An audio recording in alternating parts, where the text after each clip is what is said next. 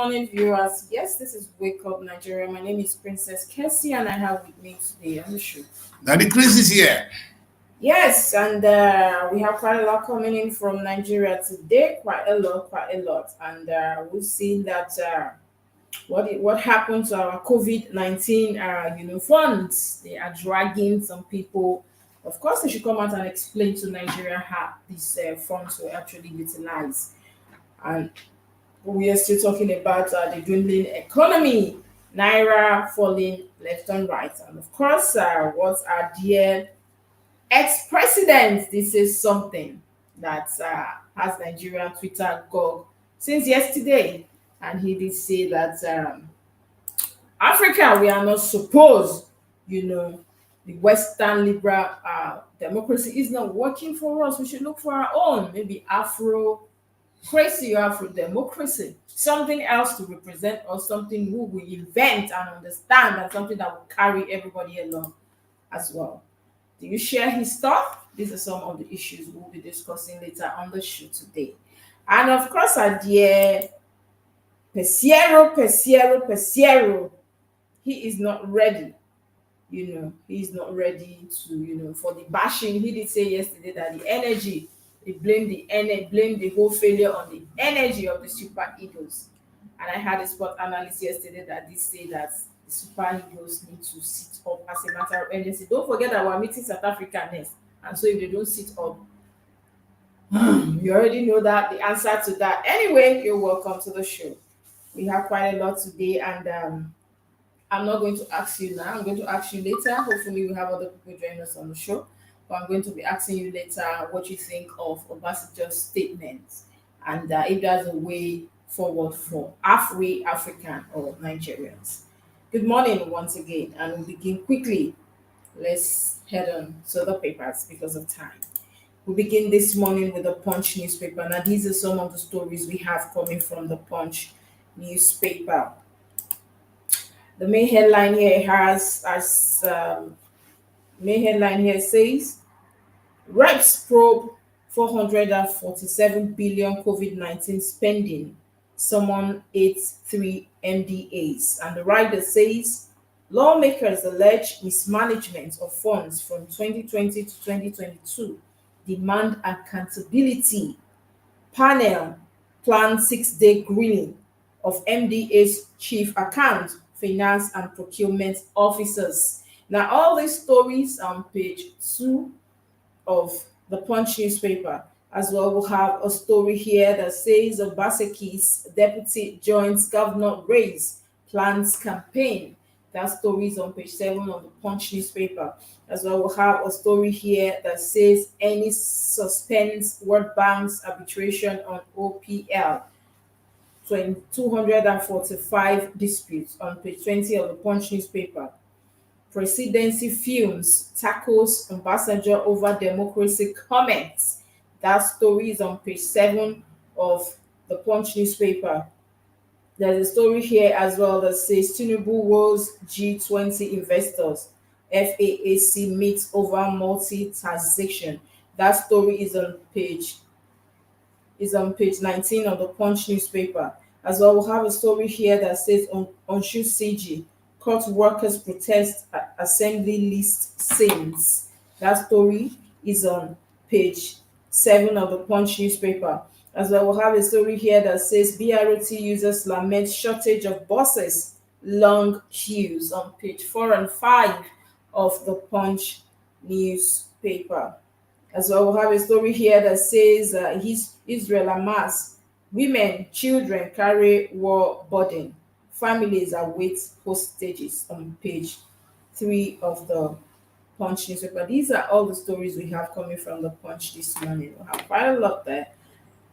But, I know this COVID-19 funds that increase is not peculiar to us alone. I think some other countries are also grilling their own people in charge to give proper accountability of whatever happened. And I love the fact that the lawmakers allege mismanagement of funds from 2020 to 2022, demands accountability. And now the panel is said to grill MDA's chief accounts.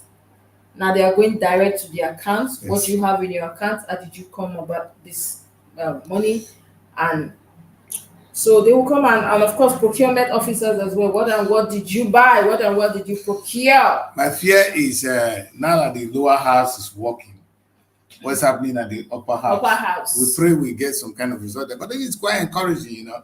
The essence of this is just to let you know that if you misbehave now, the time there will be a day of reckoning. You see, that's what the House of Commons is doing for us. I mean, House of Rep. Here we call them the House of Commons. They're doing a good job. You know, it's important to revisit, look into what the former administration has done. Either learn from it, relearn and unlearn. You see, sometimes this is the only way you grow democracy, which Ambassador is trying to talk about. I think that will be a very interesting discussion when we get there.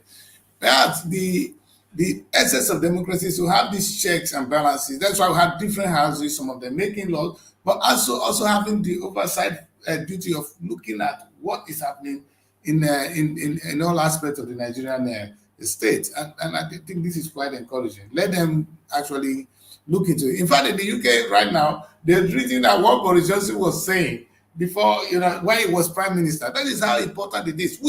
Is it my own is all these things that are happening? Are you saying our former president was a saint? You understand? Can you people at least try there? I know this is where democracy fails us. You understand? When you have a president, he's not above the law. He's no more, in fact, he's no more protected. There's something protecting them. Though I've never seen a president really prove. But if we don't do this, we might not learn and unlearn and relearn this democracy we're practicing. That is my fear. But what they're doing is good. The ex-president did say yesterday that he's not missing governance. He's not missing being president. Of course.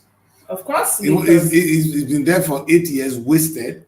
Baba wanted to run away. And if you want to be president, you'll be fighting. You'll be fighting. This is what we're going to see from Tinubu at the end. Don't worry, guys. He's been fighting. Before Buhari was ready to kill anybody, he was saying, I will make Nigeria ungovernable. I will do this, I will do that. I want to be president. He got the job for 8 years. Baba left in disgrace. In fact, Nigerians don't talk. He left in disgrace. He was tired. You understand? When we say this job is not for lily-hearted people, they think it's a joke. Tinubu is there now. All he's doing is frustrated. You know, when he's following the tide, if people complain, Tinubu will go here. If they complain, will go here. You have no policy of your own side. You were not prepared. It was just your turn. That is how it is. You understand? That's what we're going to get. At the end of the 8 years in office, the man will live there. You see what I love about this thing? 8 years will come and go. We'll still be here. And Baba Tinubu will be recounting what he has done. I'm sure, deep down somewhere, Buhari is regretting a lot of things. The same way we hear now. You know what's so funny? Obasanjo, 4 people, is now coming out today to make a comment.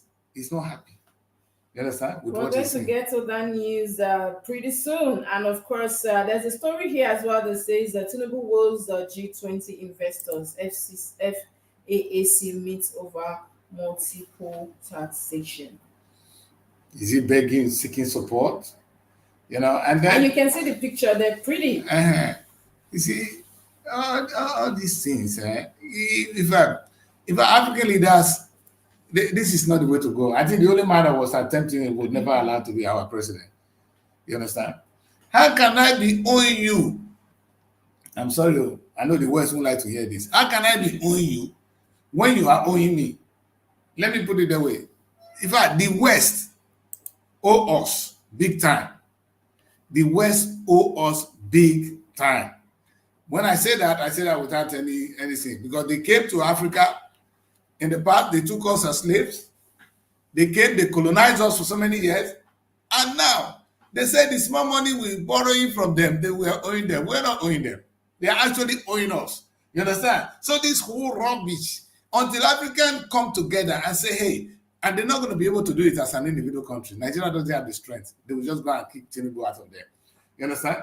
Nobody has the strength as a single African country to question the story of the past. The narrative, the ugly narrative of the black people of the past cannot be questioned until Africa come together and say they form the United States of Africa. Then we're going to say to them, hey, look at what you did to us in the past. What are you people going to do about it? Or we're not going to do business with you. Imagine if this is what they say. You know what? If they say Africans really come together and you refuse to cancel debt, at least, who will come to work up? How can we be playing football cup with you when we are dying and you're saying you come and play football with you? We won't play with you. We will not participate in Olympics. That is how you do this. But you cannot be able to do it alone. So our how do you call it? Our pain as it is will remain there because begging is not a solution. Sometimes this is what former when this guy McCain was running for American president. He said, when you fight war, eh, first you go and beat them, beat them, beat them. When you show them that you are stronger than them, when you come to the negotiating table, you have the upper hand. Africa is not going to get away if they don't make small trouble.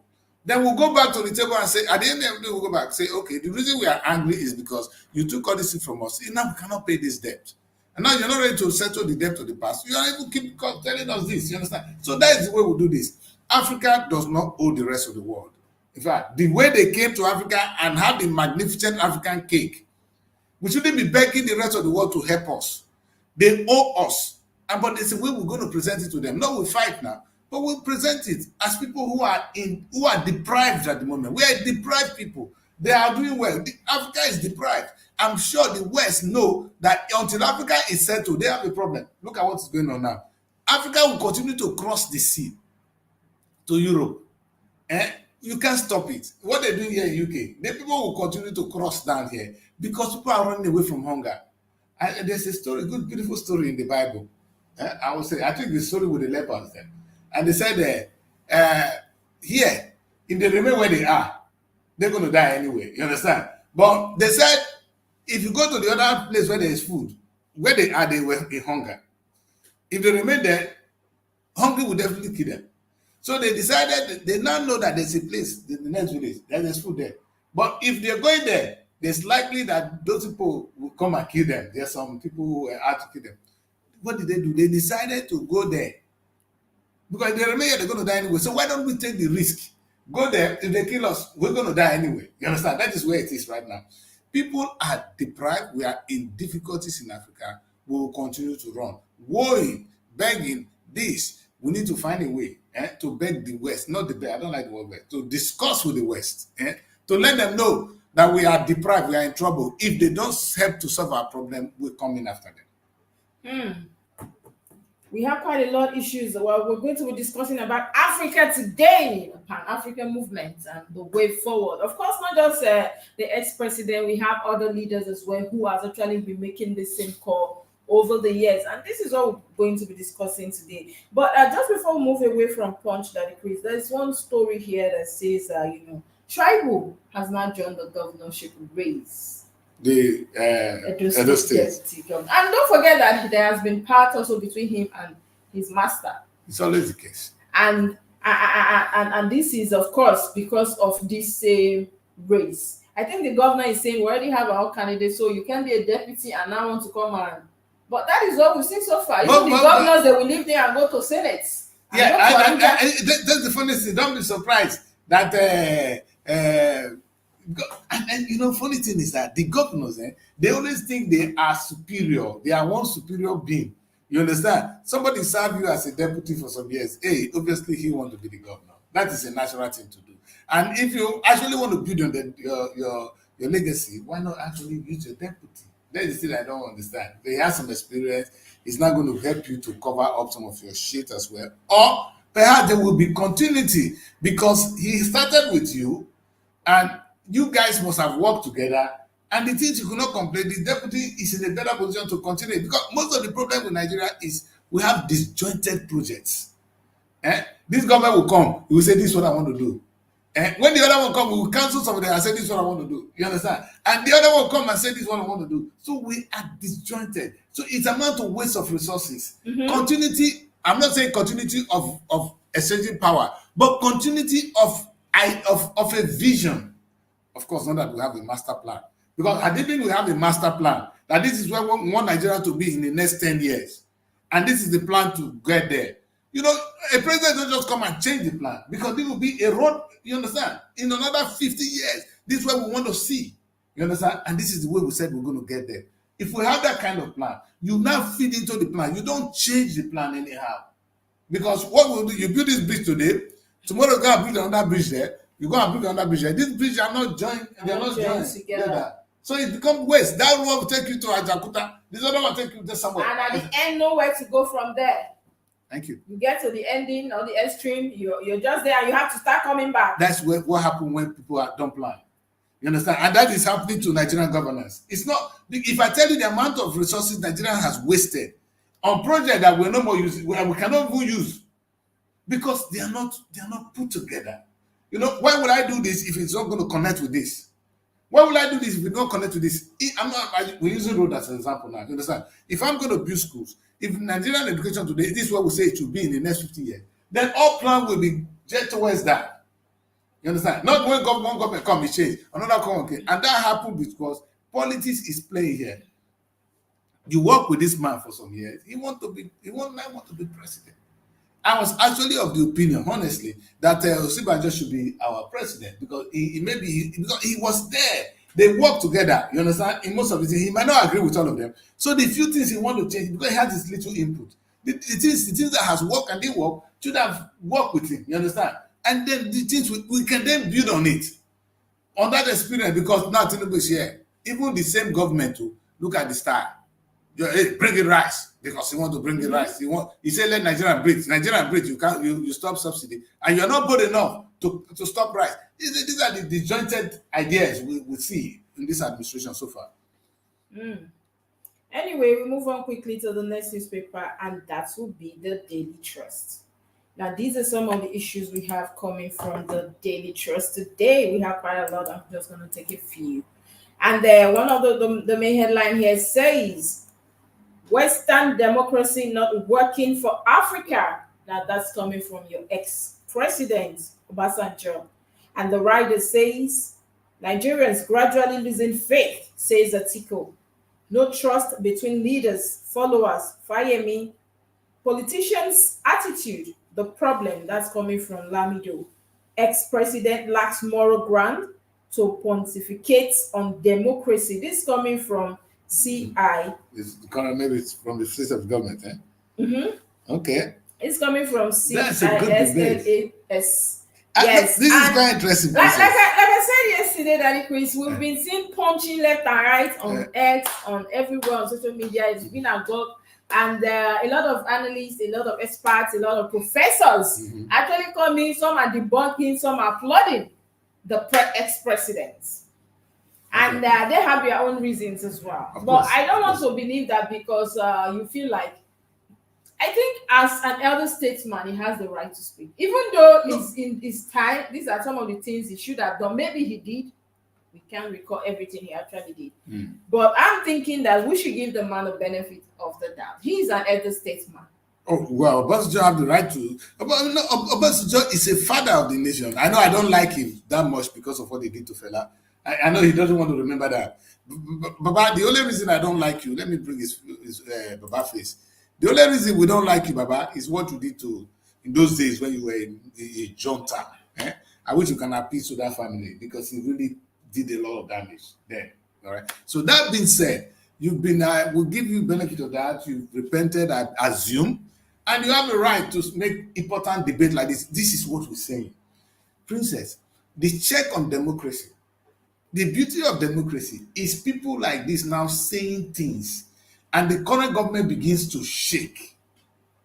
What Baba said now, set everybody you talking. See now that people are not. So yes. I think the government, in as much as they don't want anybody to ask them or to keep them in check, don't know what, okay, we're already there, we can do whatever. No, it's not like that. And that's why we actually clamor for a stronger opposition. Exactly. You know, opposition that are up and doing. Checkmate the government. It's only the media that can do this. Princess, you know what is so beautiful here? Look at the opposition from Atiku. That one is lost. He's the one that lost faith, not Nigerians. You understand? All he's seeing is the thing is how he can get to power. There's nothing Atiku has ever done in the interest of Nigeria. I bet to be, and people love him more. Because some people came to me and said Atiku is a good man. Okay, it's different opinion. But I never see anything good. You see, Baba has come out to say something today. Now, he might be wrong. Because I don't think democracy has failed us. We didn't know what we practice is catastocracy. You know, it's not democracy because it's only few people ruling us. If Baba will come out and say it's my turn and he got there, let's just say we don't have a say yet. But let's put that aside. Understand? What my worry is now is when people like this speak, and we attack them, what are you saying about Atiku, who is there trying to get to power at all costs, and all he's thinking about is how to get to power, not really correcting the system. Baba is thinking how the system can be corrected. He has his own fault. Like I said, I don't agree with him. But Baba has the right now to say, hey, children, this is not working for us. Let us think like this. Baba, but you know what? The problem I have is the faces like this still talking. I want young people to now talk. Because young people now see things differently. They can read.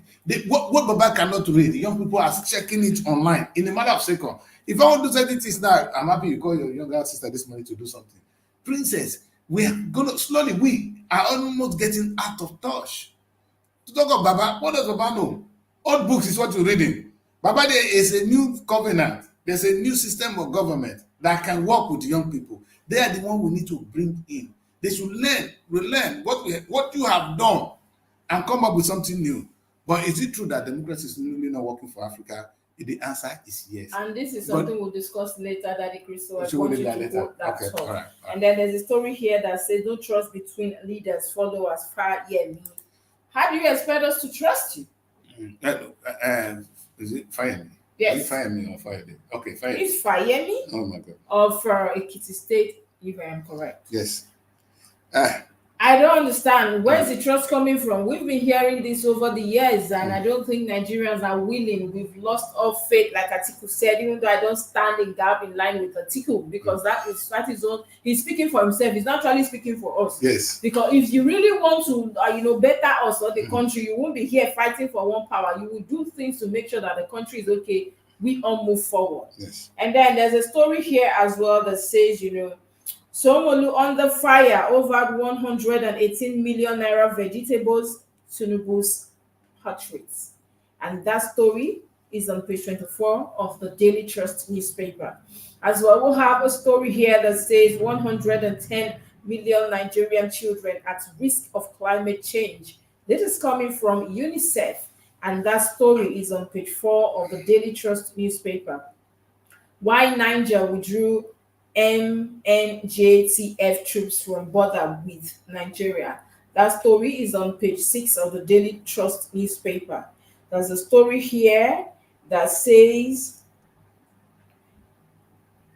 subsidy remover, FG records over 1 trillion naira monthly revenue inflow. Good.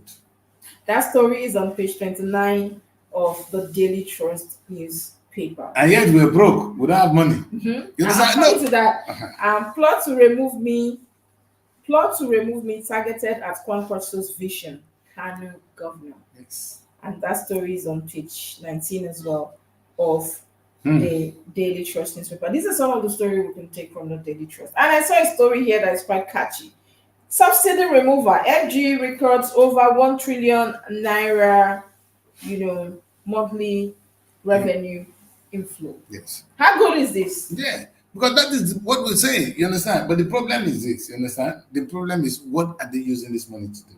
And the state governors, you see, these are the demons we deal with sometimes in Nigeria. You see them, they are very quiet. They don't discuss anything about this thing because they are benefiting. The money coming down to the federal government goes to the federation account, and that is part of the money we now share to the 36 states and FCT. So the state government are also collecting their own share. You know who is suffering? Nigerian people. This is what we send to the federal government of Nigeria. It's okay to do this, but this 1 trillion, when you put it together over 6 months, it becomes 6 trillion. Maybe we can get one refinery. Do you understand? Why sharing this bloody money? Why sharing it among yourselves? And that is the problem I have. You understand? Subsidy is okay. We want to suffer for some time, but where are we going with you? And we do know that this thing was swallowing Nigeria, swallowing us. And we have been brave enough. We didn't die. It's been taken away. But what are you doing with the money? I can tell you again, more money is in some people's account because of this. Some people have a lot of money right now. Let me just get this one. So it's a pity. It's a pity, really. Anyway, these are some of the stories we can take from this. And No, I saw I a mean, story here that yeah. says Somolu under fire over 118 million vegetables. Come on, may I read them so that viewers will understand what I'm saying? Then Tunubu's portrait. There's been this story that increased that, also yesterday, Somolu also bought fans, I say perfumes, perfume fans, fans that will be, blowing and everywhere will be scenting, smelling nice. For uproar yesterday on the Daily Trust as well. Uproar over some will lose 3.75 billion perfume rechargeable fans. And then today now we're seeing again here that uh we're seeing so much money too that someone will under fire over 118 million naira vegetables and Tinubu's portrait. So I want to believe that no matter how beautiful that portrait is, I know that even in the Western world you can buy a picture as this my iPad for as $100 or $1,000 or whatever. But I don't understand why we're buying picture for that amount of fans. And I don't understand also why we're buying what does vegetables got to do with that? The thing is that We're going to see the so details of that story. this is the mistake we made when things were good for Nigeria. You understand? I won't fault Lagos State because Sowolu, I'm quoting you. I saw you on Arise television when you rightly said, not Arise, on Sky. when you said that the economy of Lagos is higher than that of Kenya. All right? Just the economy of Lagos is higher than the GDP of some countries you call African countries. That's why I said somebody should just come and form a state in Nigeria. And I wasn't joking. You understand? Okay. So if I'm not saying if Lagos alone GDP is higher than that of Kenya, should Cotonou exist as a country or a republic? It's not a country, it should be a state. Togo, all these ones should be a state, so we'll be stronger as a people. All right. Now with this money, that's why he has so much to waste on things like this. What the message I have for him is, and I'm going to praise our president for once now. You see, it was the vision, the vision of Asiwaju that was built upon by a subsequent government that brought us to where we are now. You understand? That's a good thing. It's a good thing. So why don't you build a more legacy? Maybe reclaim more of the land of the sea. Because in those days, there's a place they call Morocco in Lagos. You go to York. If you go Lagos in those days, you go Morocco has changed now. It's turned to a banana island. You understand? They turn Morocco. This is not where they turn to banana island. Morocco no more exists. You understand? So there's a lot of places we can see reclaim in Lagos. You understand? My guy, please spend the money well. We don't need farm. We don't need portraits. This is rubbish. Yeah. And anyway, you guys, sometimes you have to enjoy it too. So that is part of your enjoyment, but not on portraits. You understand? Do something for the people there. And do it, even if you have to enjoy. We know that, of course, the savior person they walk behind the truck, but let's do it wisely. And there's a story here very disturbing that says 110 Nigerian children at risk of climate change. UNICEF. I just hope that the appropriate authorities will have to do something about that because of the children. There's a vaccination, something they can be giving to them. You understand, so that we know that they are not, how will I put it, so they don't fall sick or whatever. And the plot to remove me targeted at Kwankwaso. That is one thing governor. In fact, that's where Falana has a beautiful thing to say later. There's been wahala in Kano State. And I kind of, I don't know where we're going with Kano, you understand? I personally like that every state in the country does not belong to PDP or APC, you understand? It may be something different. Is the state a failure? That's my question, you understand? If it's not, what's the APC bringing in that is going to be different? That is something left for Kano people to decide. But what I'm worried about is the technicalities, the failure of INEC It's not the failure of the politicians. So you see, this is the thing I'm That saying. is something. Yeah. Falan, our dear son, our very, vibrant, fearless son, said that Yeah. they should checkmate, review the judgments, sacking this government. What is the criteria that because the anger should actually be towards INEC INEC for failing, to deliver for a failing. credible election, not the people. Because at the end of the day, These where is people, the because justice? these people they actually vote, they actually have their own voters as well. They had their own what's it called? So he's thinking that moving forward we should actually, but before then we'll go on a quick break. Of course, this is Week of Nigeria where we'll bring you national dailies and topical national issues discussions as well. We'll go on a quick break and we'll be right back after this time.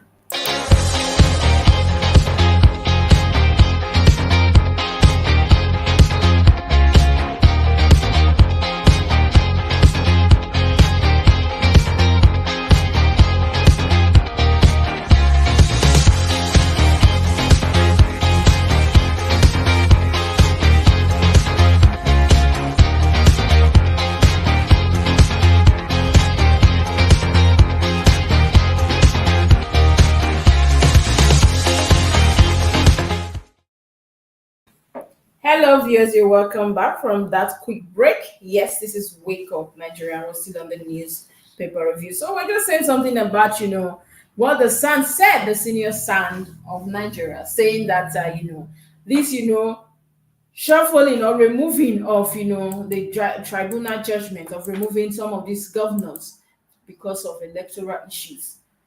We should review them according to him. We should be focusing on INEC.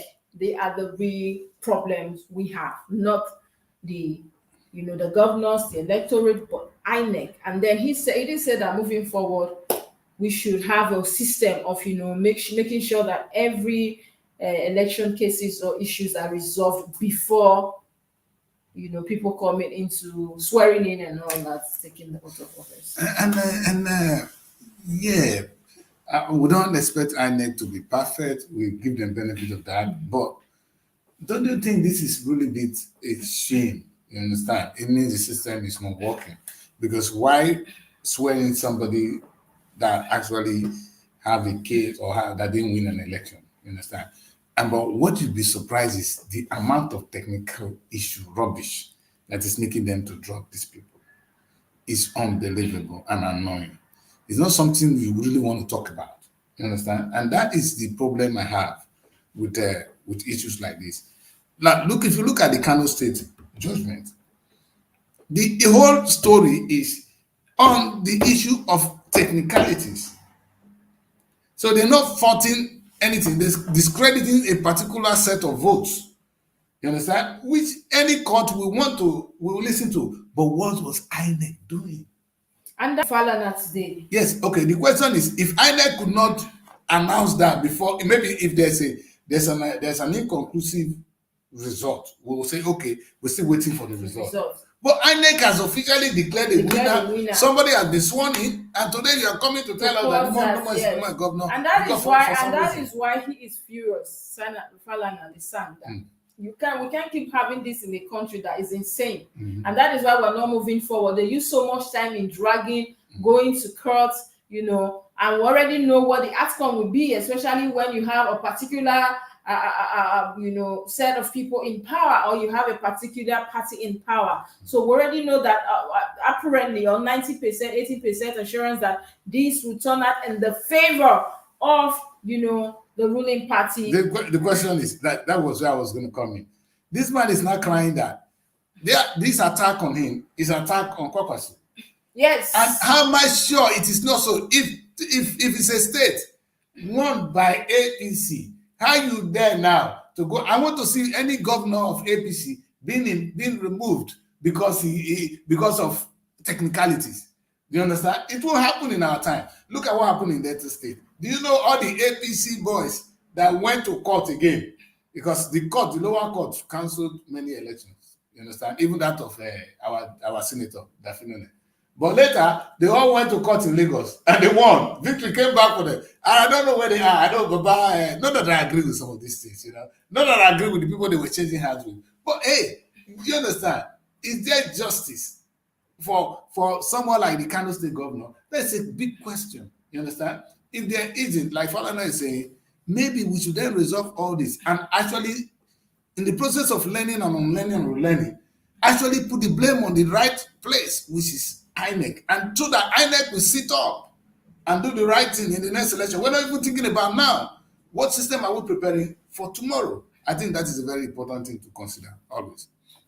Okay, we move on quickly to the next newspaper, and that will be the Nigerian Tribune. I see Abuja here joining us. We're being hooked back to Abuja right away. I see Kenneth and Bedo on standby. Good morning, guys. Good morning. Good morning. Good morning. Welcome. Thank you. And we move quickly to the Nigerian Tribune, and these are some of the stories we have coming from the Nigerian Tribune. The main headline here says Western liberal democracy not working in Africa, and this is according to Obasanjo. That story is on page 14 of the Nigerian Tribune newspaper. As well, we have a story here that says Supreme Court to hear Lagos Ekiti suit against federal government. 34 other states over lottery control March 13. And that's on page 28 of the Nigerian Tribune newspaper. There's a story here as well that says Obaseki lead Delta Ondo Ekiti to repurchase shares, reorganized BEDC to solve electricity crisis. That story is on page 4 of the Nigerian Tribune newspaper as well. We'll have a story here that says APC said to take over Plateau Assembly from PDP. That story is on page 15 of the Nigerian Tribune newspaper as well. We'll have a story here that says CBN postpones MPC meeting again. That story is on page 7 of the Nigerian Tribune newspaper. As well, we'll have a story here that says Appeal Court affirms Alia as Benue governor on page 7 of the Nigerian Tribune newspaper. Also have a story here that says economic recovery. Editors Confab wants FG to reduce deafening anxiety among Nigerians, says media's sustainability crucial to democracy, economic growth. And that story is on page 17 of the Nigerian Tribune newspaper. As well, we'll have a story here that says impeachment. Akirodolu Ayodatiwa's supporters plan protest in Ondo. Appeal court dismisses Ondo Assembly application against deputy governor. And that story is on page 16 of the Nigerian Tribune newspaper. Highly educated workforce Nigerians' biggest advantage, Tinubu tells investors in Germany. And that story is on page 8 of the Nigerian Tribune newspaper. These are some of the stories we'll be able to take. Of course, we've seen the rest before from our other papers. And I think something here, Princess. This Obaseki, I know you're going to have your own. Obaseki to lead Delta Ondo Ekiti to repurchase, share, recognize, reorganize BEDC to solve electricity, crisis across these regions. Yes, and it's a good news, because because these are some of the things, you can't wait for the federal alone. And I always say, yesterday I had this on Sunday, I had this big discussion with on the show. And there was the idea of that Nigeria need to do something. You understand? We're talking of this. How do you put it? Restructure Nigeria. You understand? Restructure Nigeria, and they always see it from the political angle alone. And I said no. Right now, even the state can decide to restructure Nigeria by putting themselves in a position of relevance. Look at what these guys do. If these four states will now come together and create their own destiny in the area of electricity and make electricity their own. Must they wait for the federal government? Now, you see, they've restructured, they have automatically restructured whatever they want to do without the political things. And I always say to the state governors, you don't need to wait now until they say you have 70% or 100% of your DC. The one you have, make it If I take loan, Move. grow your state. Keep sitting. And you become Waiting. relevant. You understand? I don't understand. They're dormant. Some of that. I know we want the federal restructuring to come in place. But start from your state. Exactly. Do something in your state. Be relevant. You were closer. Of course, the governors are closer, and the local government chairman. I don't know the closest to the people. And so with this one, of late, that Chris have been seeing that Obaseki have been making move, even though Kennedy did allege that is geared towards upcoming election. But at least they are working now, and we are happy.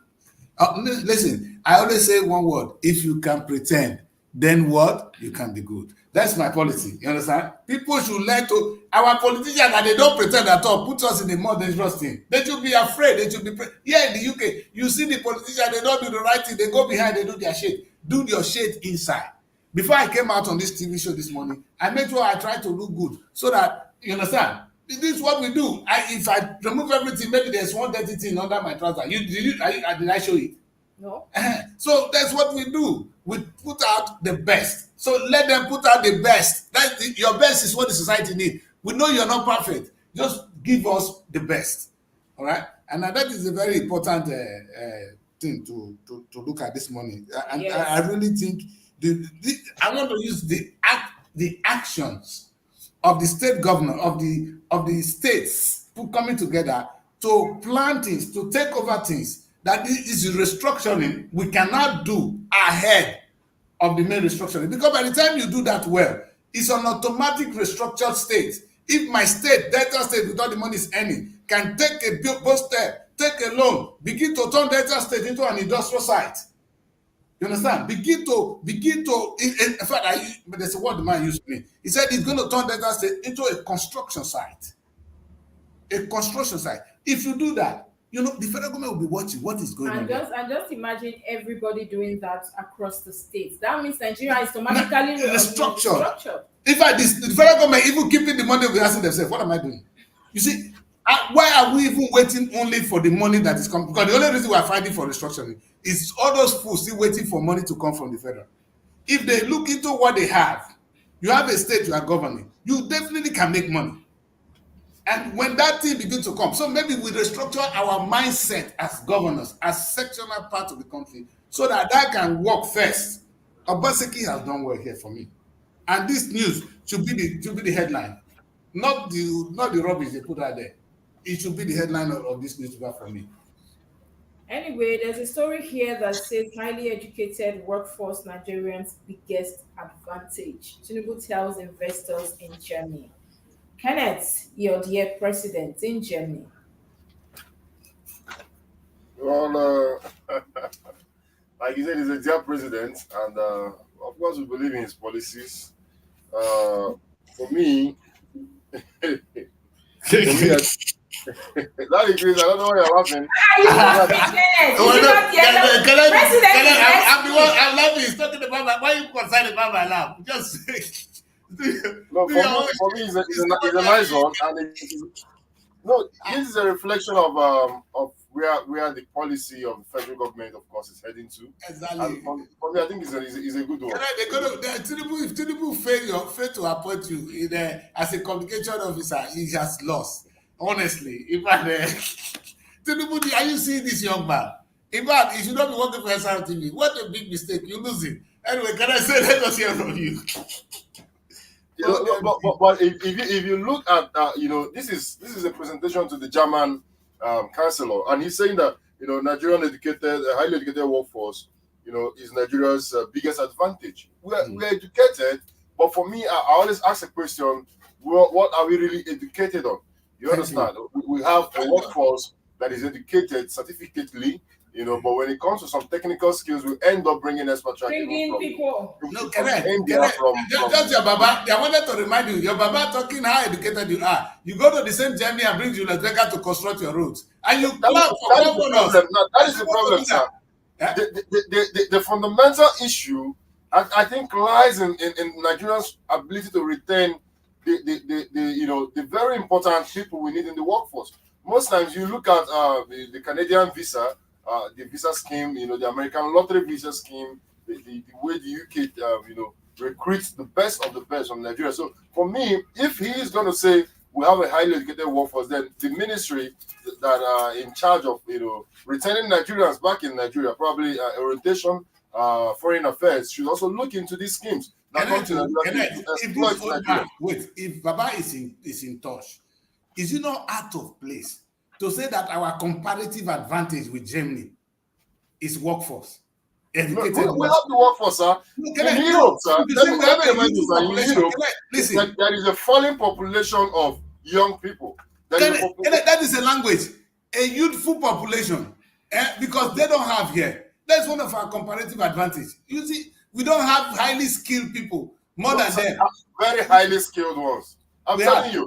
Let me remind you, sir, that Nigeria is one of the few countries in the world where you'll be studying accounting and then you have a borrowed course in microbiology if you don't take time. So it's a diverse pool of educated people. My problem is the retention of the educated people in Nigeria. Of what use? Wait. See, my concern here is this. If somebody asks me, what is Nigerian comparative advantage to the West? I would say, one, we have a youthful people, young population. A highly educated population, sir. I won't put the skill. The another thing is we have natural resources. You understand? That they can tap on. These are obvious comparative advantages. It's like you're selling to the West what they already have. You understand? Though you see, the only reason they're bringing our people here is the people here, they live longer. They are old. The people they are bringing at the moment, if you know, in the UK, they are carers, recruiting our women to come and clean people's ass. That is the job of a care. Hello? So it's not a highly skilled people. The few ones they're looking for who are highly skilled, they won't come under the care. They're not the one you get. The system has been there for years. We call them the highly skilled migrant visa. Only for you, if you have master's degree and above, and you are doing a certain level of job, UK will give you visa to relocate. It's been there before this care scheme came about. But what I want to say is that bringing Nigerians to come and clean people's ass here is not a highly skilled job, sir. Anybody could clean somebody's ass. Retention in Nigeria. We have highly skilled people who are in Nigeria, sir. No, we don't. I don't think we have that advantage over them, because what we have is, like somebody said, my state governor, somebody contested for a governor of my state. The guy was saying that he's going to convert all those dirty hospitals, those your dead general hospitals, into teaching hospitals, so that he will begin to recruit medical doctors, train one. That one would have been an advantage to sell to the rest. You have not trained the people well enough. The people in Nigeria that they said that are good in America, they studied in the US. They did study in Nigeria. So we're not, yes, some countries are really back behind when it comes to medical doctors. So they're taking Nigerian doctors. But if Nigeria want to really recruit the human beings we have, or want to train them for export, like Baba is trying to claim here, it should have been well to turn what that young man did. Train medical doctors with the intention, it's a planting, that this one going to go abroad. They're going to go and earn foreign money and bring to us. That become an export. You can still export human beings, you understand, in the right way, when they are well trained. Because we don't have enough doctors here.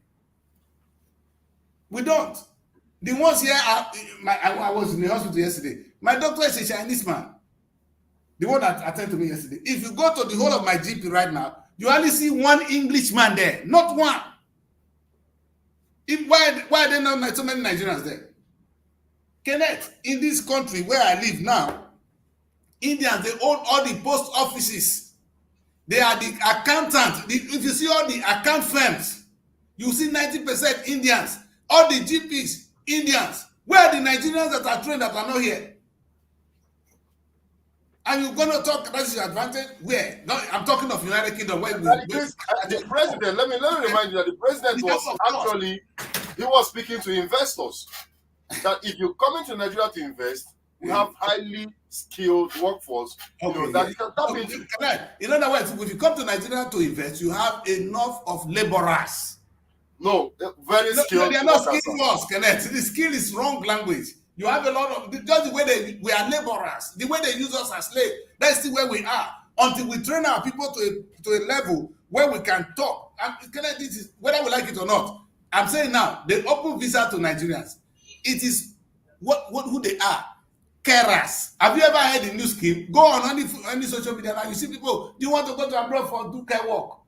Who is a carer, Kenneth? Is that what Baba is talking about? These are the skills where that the Europeans want to recognize them with. When you come to Nigeria, sir, there are very, very skilled young people. We have programmers, we have architects, we have engineers, we have Nigerian inventors, we have Nigerian who invent apps and the rest. So we have highly skilled people, a set of young people, especially when it comes to digital skills. Okay, so correct. No, your president is saying we have these highly skilled young people and we can't put them to use.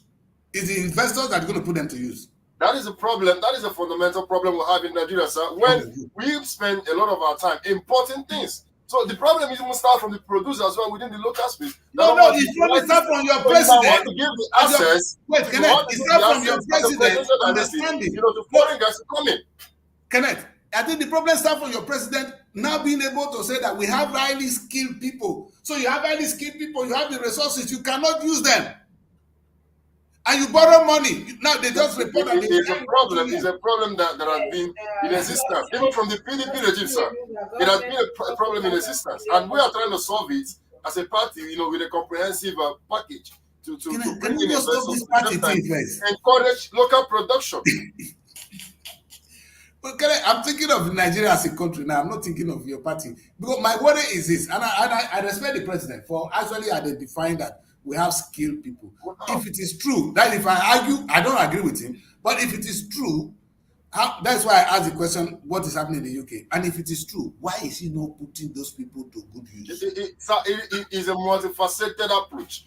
As much as you want to grow local production, you also want to encourage foreign investors who have the willingness, the capital, and of course the zeal to come in and make money. So when they come in and they tap, then the local guys who have all this money stocked up in the bank, they will definitely have no other option than to enter the same market. It's an opportunity for foreign people to come in. Not stimulate the local production too, sir. No, we need international investors to bring in their technology. Not to go and buy SUV Ken. And even he said Toyota, we're gonna buy Toyota. All my government in my years in office will be only Toyota. But I want to see how many plants of Toyota in Nigeria in my time. Thank you. And then you will not come up with your own strategy. Our own young people are to steal the technology of all the Toyota. We want to have it assembled here. What is in Toyota that we cannot do? We're going to make something better than Toyota. By the time I finish in my 4 years, you see that is a government that has a plan.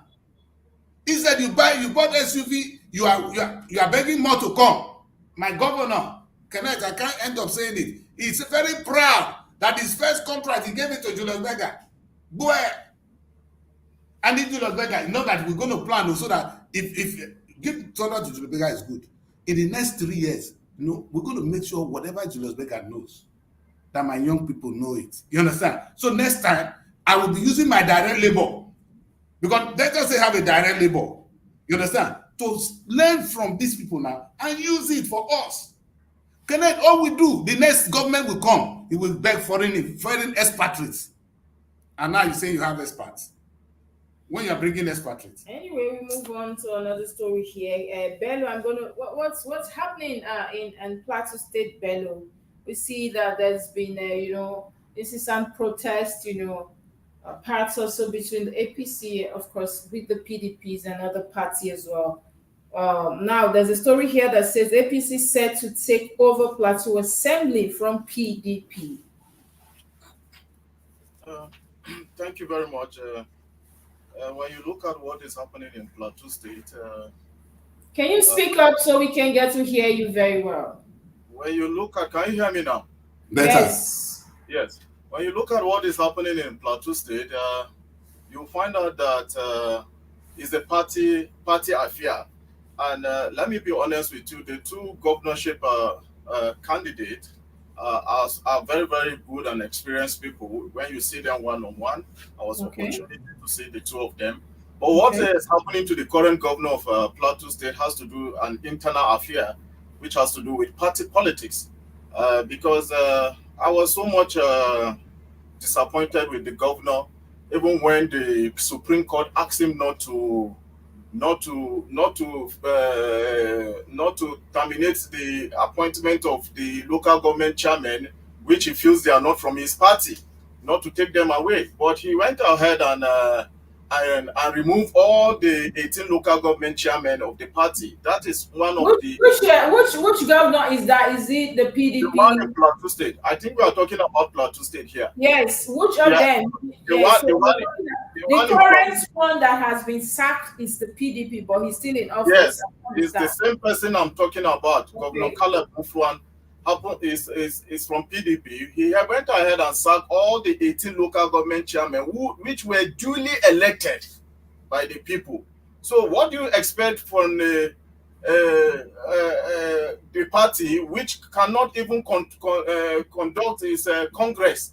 Do you know that out of the 18 local government, almost 8 local government are not aware of the primaries that brought him as the governorship candidate of the party? And when you look at the political party in Plateau State, there are two factions, which the JT Husseini and also the former governorship candidate governor, that's Senator Jonathan, who happen to be from the party. These two strong men are fighting. All of them have their structure, and then the court happened to recognize the structure of the JT Husseini. And this structure that brought out Caleb Mufwan happens to be from the Jonathan. So you see, it is a technical issues. We shouldn't look at it as if it has to do with Supreme Court or maybe Appeal Court trying to favor a political party. No, it is not done like that. This is a party affair, which among them, the PDP, one of the members that happens to be from J2 Husseini, sue the faction of the Jonathan. And at the end of the day, they went to court and the court favored and found it. Because if you look at the judgment of the court last 3 days ago, I think last 3 days ago before they sack the governor, you find out that what the judges said at the appeal court first, they said, as a barrister, you are well aware that we are well aware that these people are duly elected as local government chairman. That means that the people, these are the voice of the people who have elected by the electorate to put them in power. And you went ahead, after stopping you from not sacking them, you went ahead and sacked them. So as a barrister, I keep wondering, if we are studying this kind of things, law, and you are aware of the legal implications of what you think, but you are being intoxicated by power and you went ahead and sacked them. Then this applicant now said, okay, after doing that, your party has a divided house. So they went ahead after knowing that the Supreme Court have told them that they are aware that the faction has to do with, they recognize the faction of the J2 Husseini. So that means to tell you that the faction of the J2 Husseini are not aware that Caleb Mufwan belongs to their political party, and they categorically deny that Caleb Mufwan is not their party member. So what do you expect the applicant to do when, after knowing that these are the technical issues they want to do? So the court cannot do with a divided house, and they went and declared someone who is organized and the party who is organized and declared them winner. And after all, the margin is not that much. So I think this should serve as a lesson to political parties, or probably in every sector of the organization. We shouldn't have a divided house and think that when we go out and it's going to happen. So it's a bit concerned, because according to what we are hearing in Plateau State, that people are going out protesting. But let me tell you, to be candid honest, if you look at what is happening, the same people who told you they are protesting, there are section of people who are also rejoicing that the governor, the APC governorship candidate, he's also came appeal court has also favored him. And mind you, he's a former rec of INEC in Benue State, so he knows the technicalities of what political parties are going to do, and they further to use that and use it against them, and they want to use it with proof, and they want the appeal court. I just pray that well, let's not conclude, because we still have another further courts to go. Okay, and it's quite thanks for that detailed explanation, of Yes. course, because a lay person like us will just look at it from the top, and but from what you've said, it's quite deeper than I actually thought. And Yes.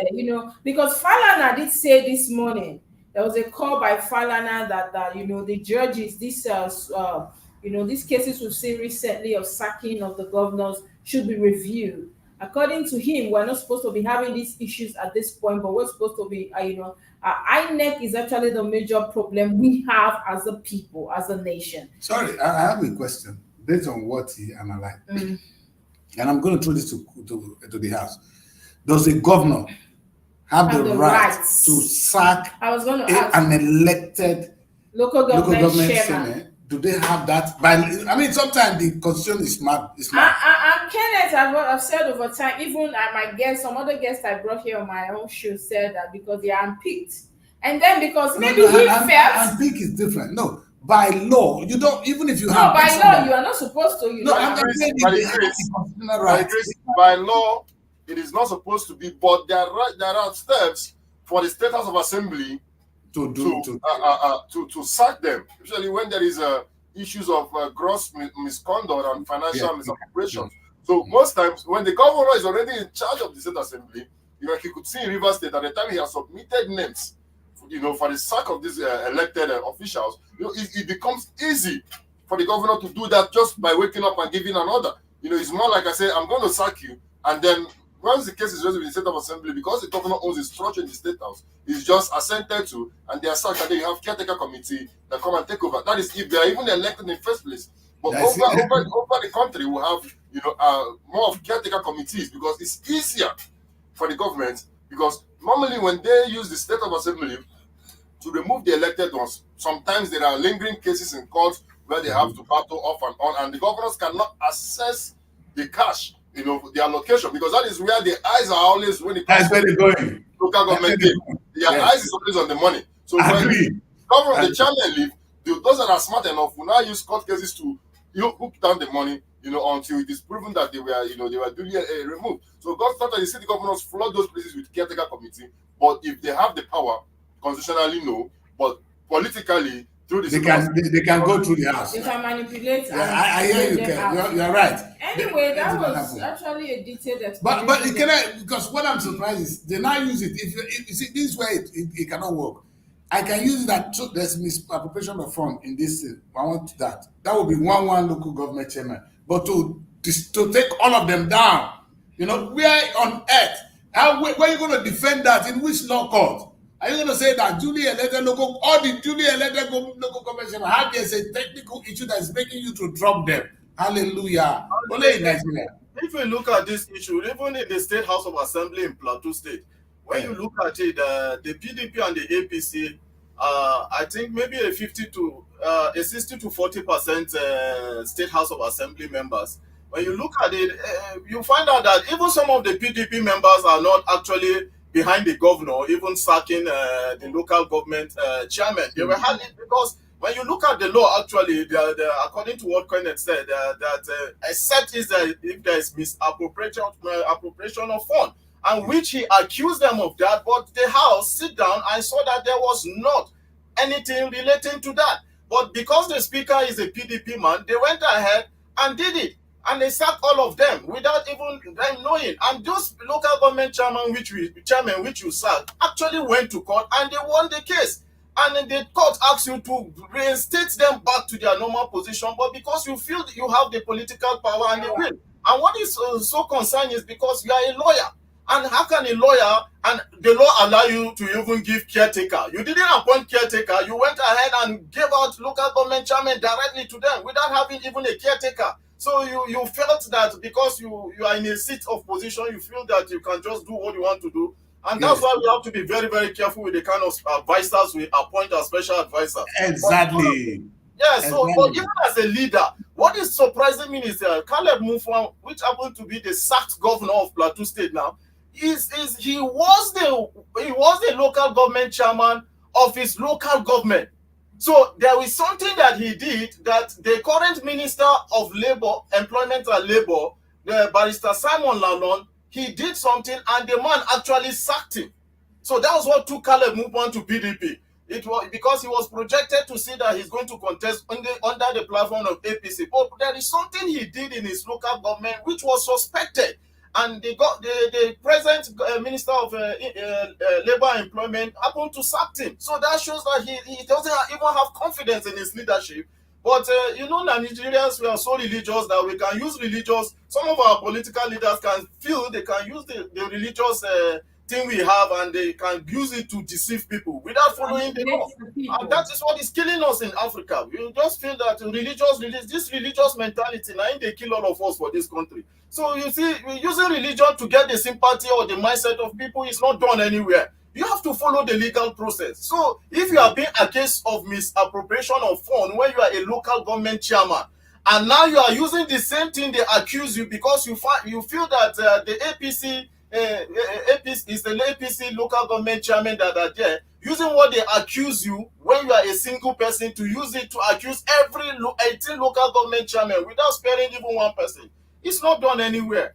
You understand? So being the governorship, well, I believe that we are hoping for, according to some people or few people in Plateau State, we are hoping that at this point time, maybe God will save them, because a lot of prayers is going on in the government house now. But we hope that let's see if God follows law, or maybe he doesn't follow law. And let's see. Politics with your God is APC a part of our and your body. PDP. God is not involved. Oh my God. And I we- like that. I don't have a political party. There's another angle to this, Most times, I think PDP wants to be on top of their game.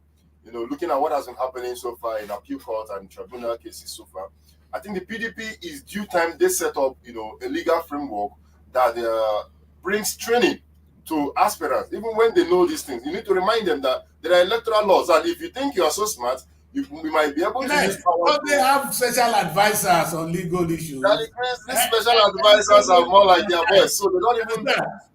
A PDP that You understand? Because the first thing you have, two things a government can never pay to have is a legal and advisor, after screening, and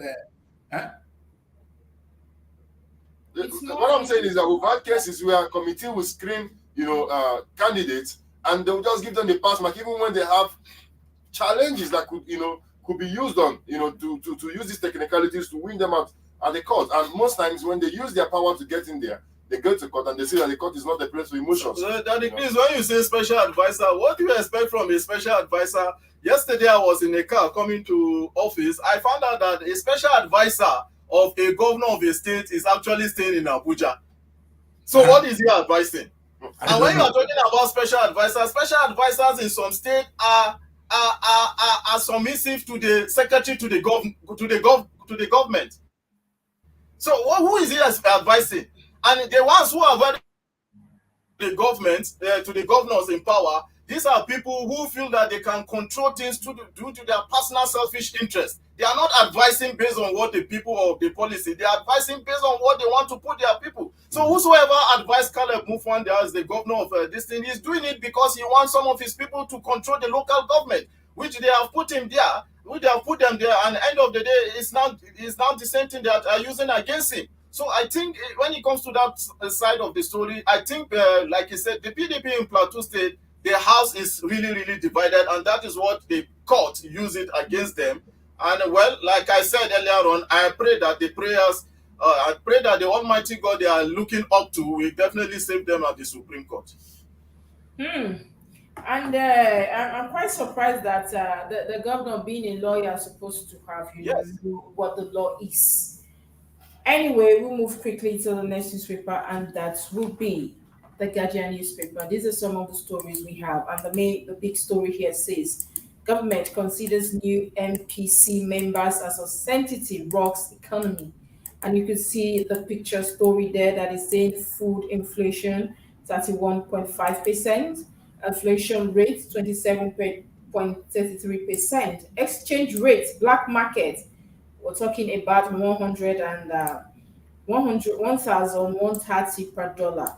And of course, we see interest rate as well, 18.75%.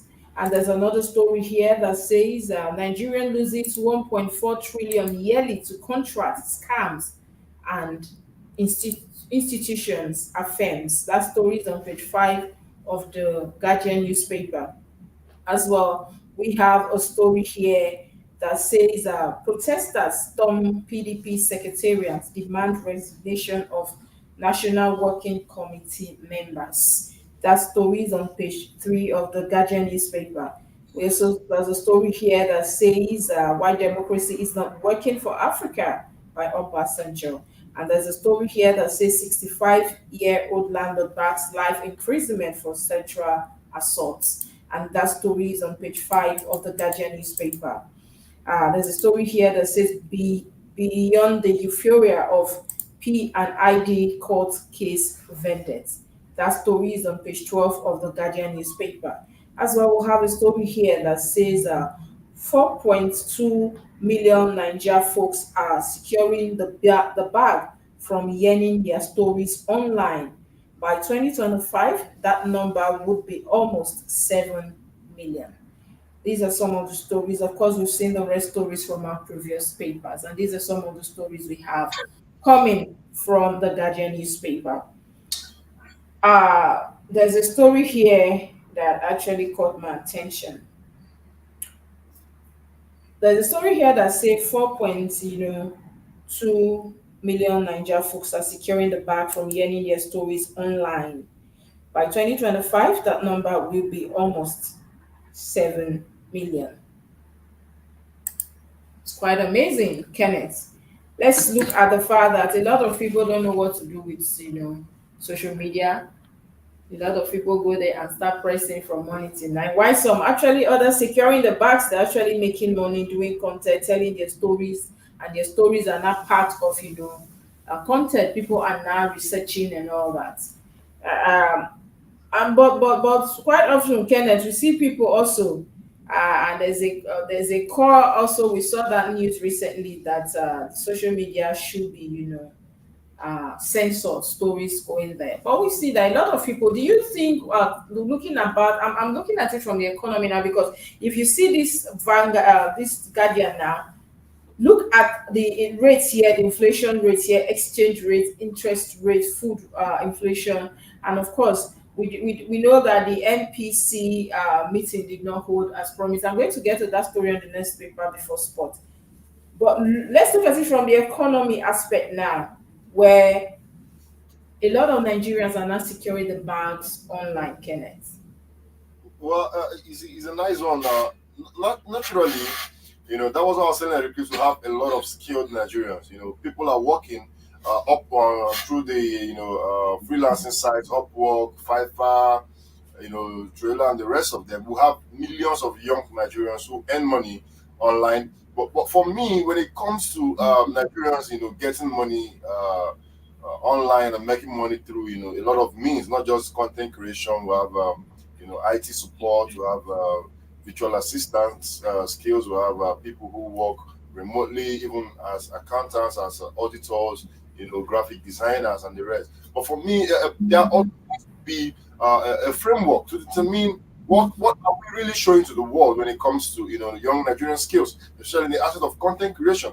Well, the kind of content we create in Nigeria most times are comic. They don't really depict the Nigerian story. We don't even market Nigeria when we talk of content creation. Most of the content creators we see in Nigeria are cross-dressing. They're selling homophobic statements. They are ethnic division even among the content creators. You see someone that they try to portray a particular tribe as funny, try to portray a particular tribe as poor.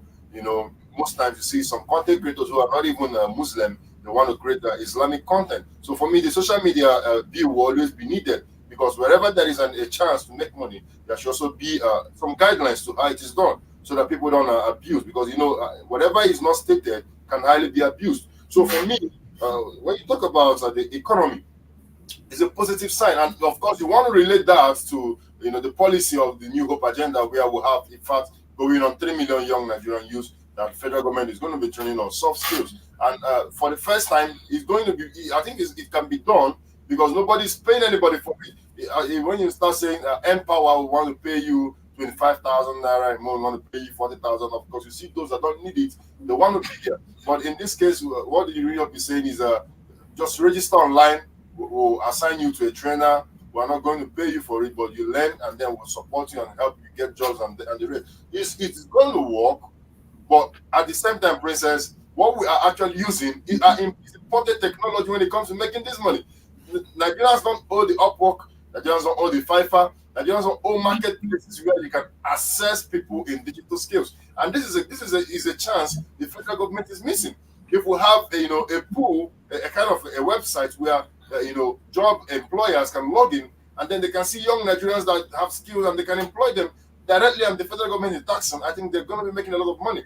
There are young people who make money, online a lot. If you visit a certain digital winch online, I did that at the time. I even did that course at the time.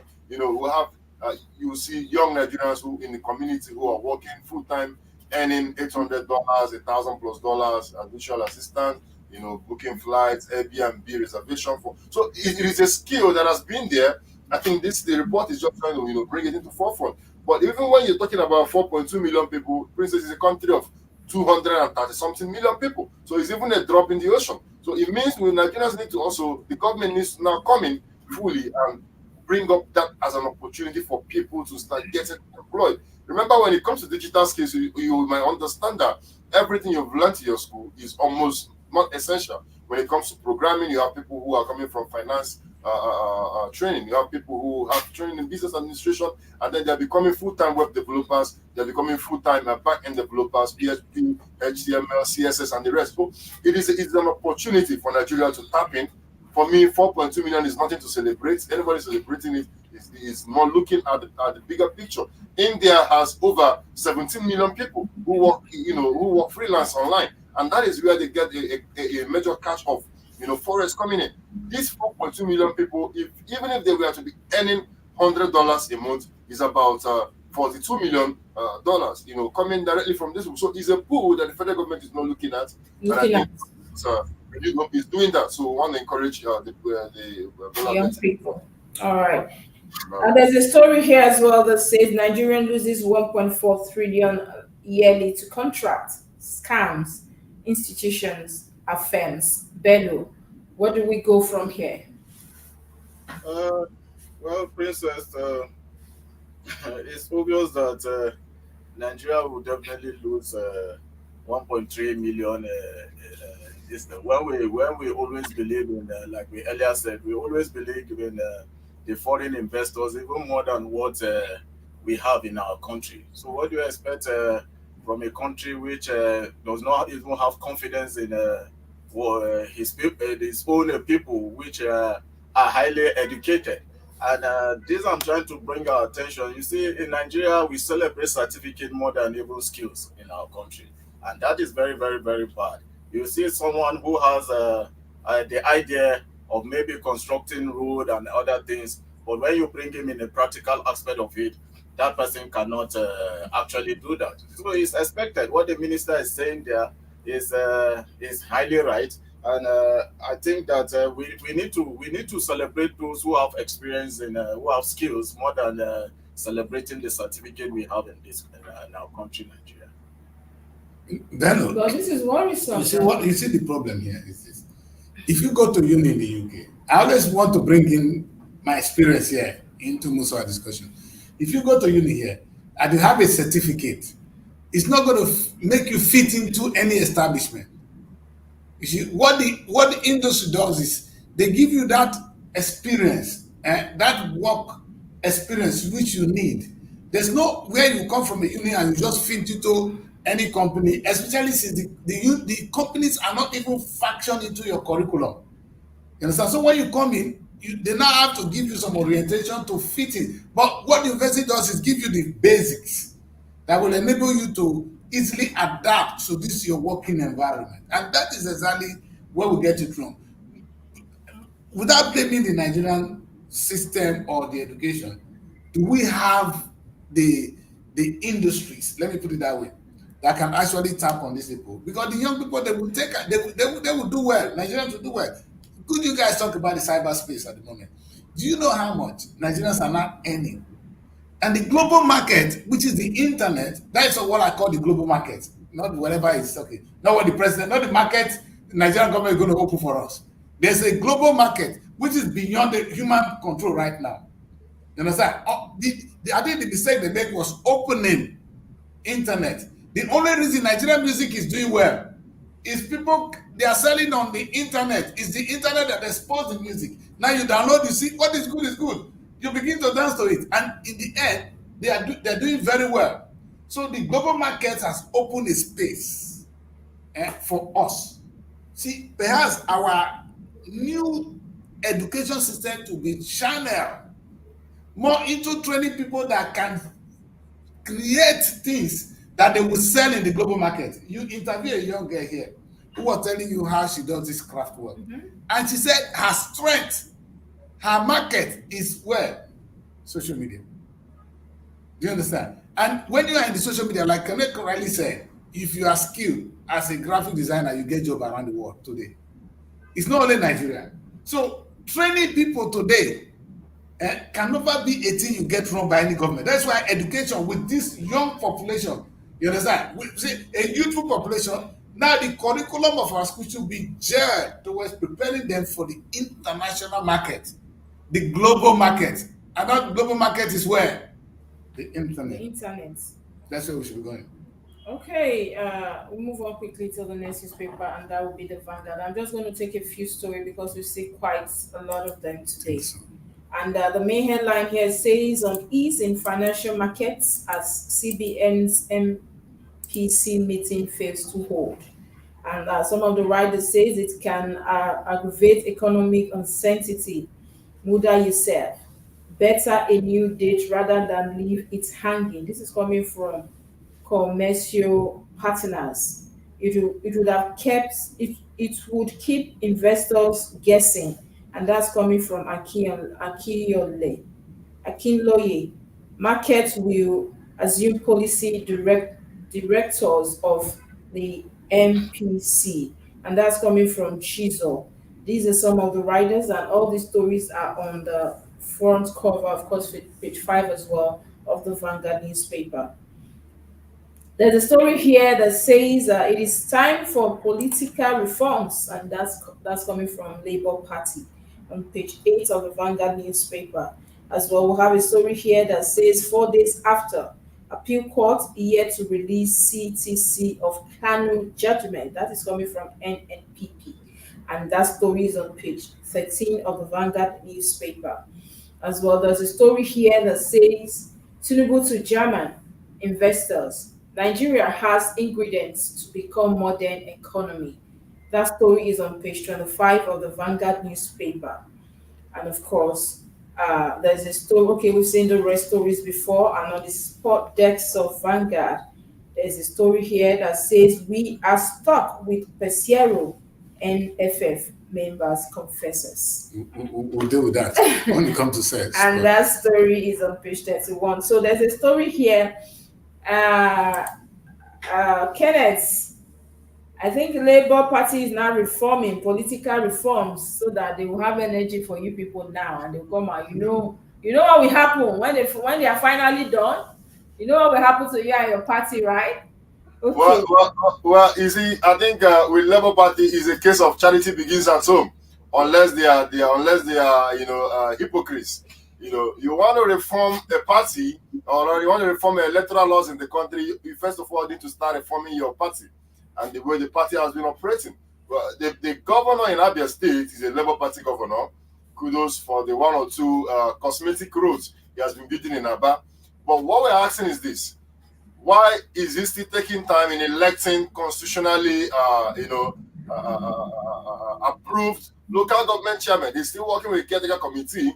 So has he not been able to reform himself in that? He has laid off over 10,000 workers in Abia State civil service. Where is the reform going to start to? The political reform they are asking for has been what we as a party in APC has been doing over the past 8 years, and we've been doing it very well. Let me remind you, Princess, the electoral laws you have in Nigeria today that has sanitized the system of primaries, that has sanitized the system of voters accreditation, up to the aspect of using an IRF to upload. These are all electoral reforms that have come from the APC. I'm not saying that we are where we want to be, but let us not forget that during the 16 years when we used to have the PDP in power, there was no Labour Party. The APC has even been the reason why we have oppositions that can now speak up intellectually. So for me, they are doing the wrong thing as a party. If Labour Party PDP did give you a chance. You had a chance to win the city president. never get the chance. If PDP were not, what is reform? Is it on paper? If PDP were not transparent, how were you able to defeat the city president? That the PDP never gave APC a chance. The only reason APC got into power was because it was a merger of over 4 political parties. So it was not actually there was one party. You know that the president could have override that. Don't do that. It was how can the president override an election where he lost, squarely all over the country? Let us not go back to that. But remember, let's not go there. Elections are still going on in Imo State, and the results are being called in Abuja. The only reason Labour Party can talk about is as a result of the sincere purpose of APC when it comes to electoral reforms all over the country. It is on record. Let's say in Jesus' name. I like the word because it is a sincere. Oh God, APC. It was a sincere electoral God. Most of you guys in APC know God. May God bless APC. You see, okay. Anyway, I think it's time to have some little bit fun on that. Okay, we have a problem. But that is my question. Labour is saying. My question, sir. Let me sit here. Connect. I'm going to go in here. Just a comment before you continue, sir. Okay. If Labour is acting like the assent, they want to reform, they want good, they want to be different. Why has there been no Labour House of Rep member that has returned the cars that are bought for them? Even when we are crying out, even as APC members, that this is not a.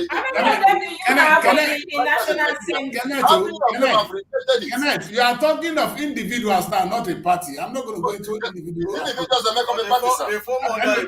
My question is this: Kenneth, you said Labour calling for electoral reform is out of place. They should start from their home. But you didn't say there is. Are you saying there is no need for electoral reform? Because what we'll be hearing from the presidency down to the local government, down to what we see in the states, the cases in court, is the failure of INEC. Calling for electoral reform is long overdue. Because all the trouble we have now, the money we're spending, removing and moving, this and that, is because the electoral system has failed. It's not only Mahmoud that is doing it. The system itself has some things that we need to fix. And that is what they're saying. Again, there is a big need. We should be, I said today, that we should be blaming not the leaders. What Kenneth is trying to say is that a social media political party, which happens to be a local party, should put it on the headline of the newspaper that our party, that is their own party, will reform its own political structure. Thank you. Which happens to be like that. But coming to say that the own political structure is a social media political party. I think it's a little bit unfair.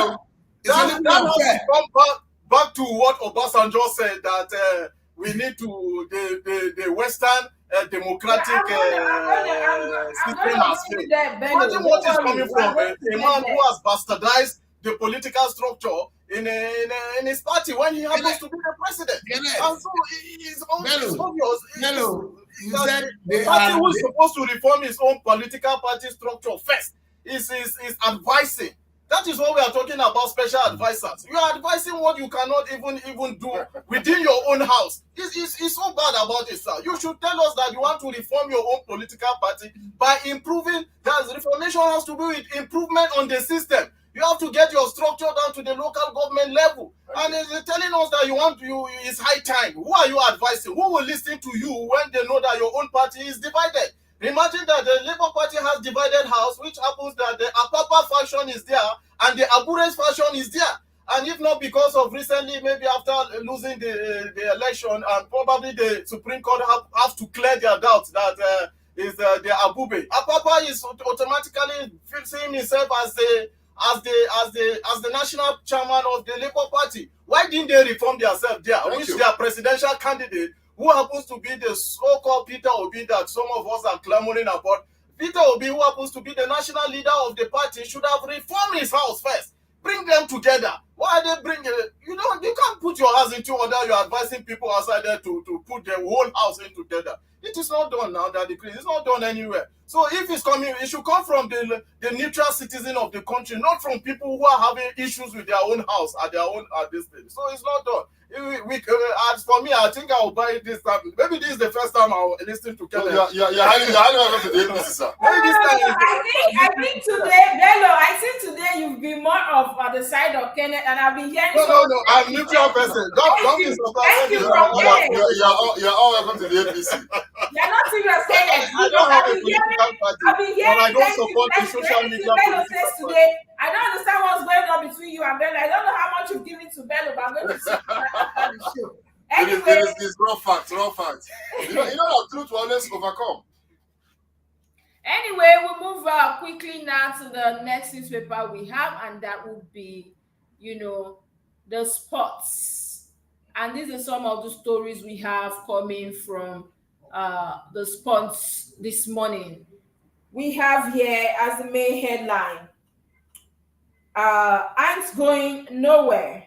Peseiro insists he's not ready to join Egyptian giant. Zamalek amid reports of talks between both parties. And now that story is on page 6 of the Punch Sport Extra.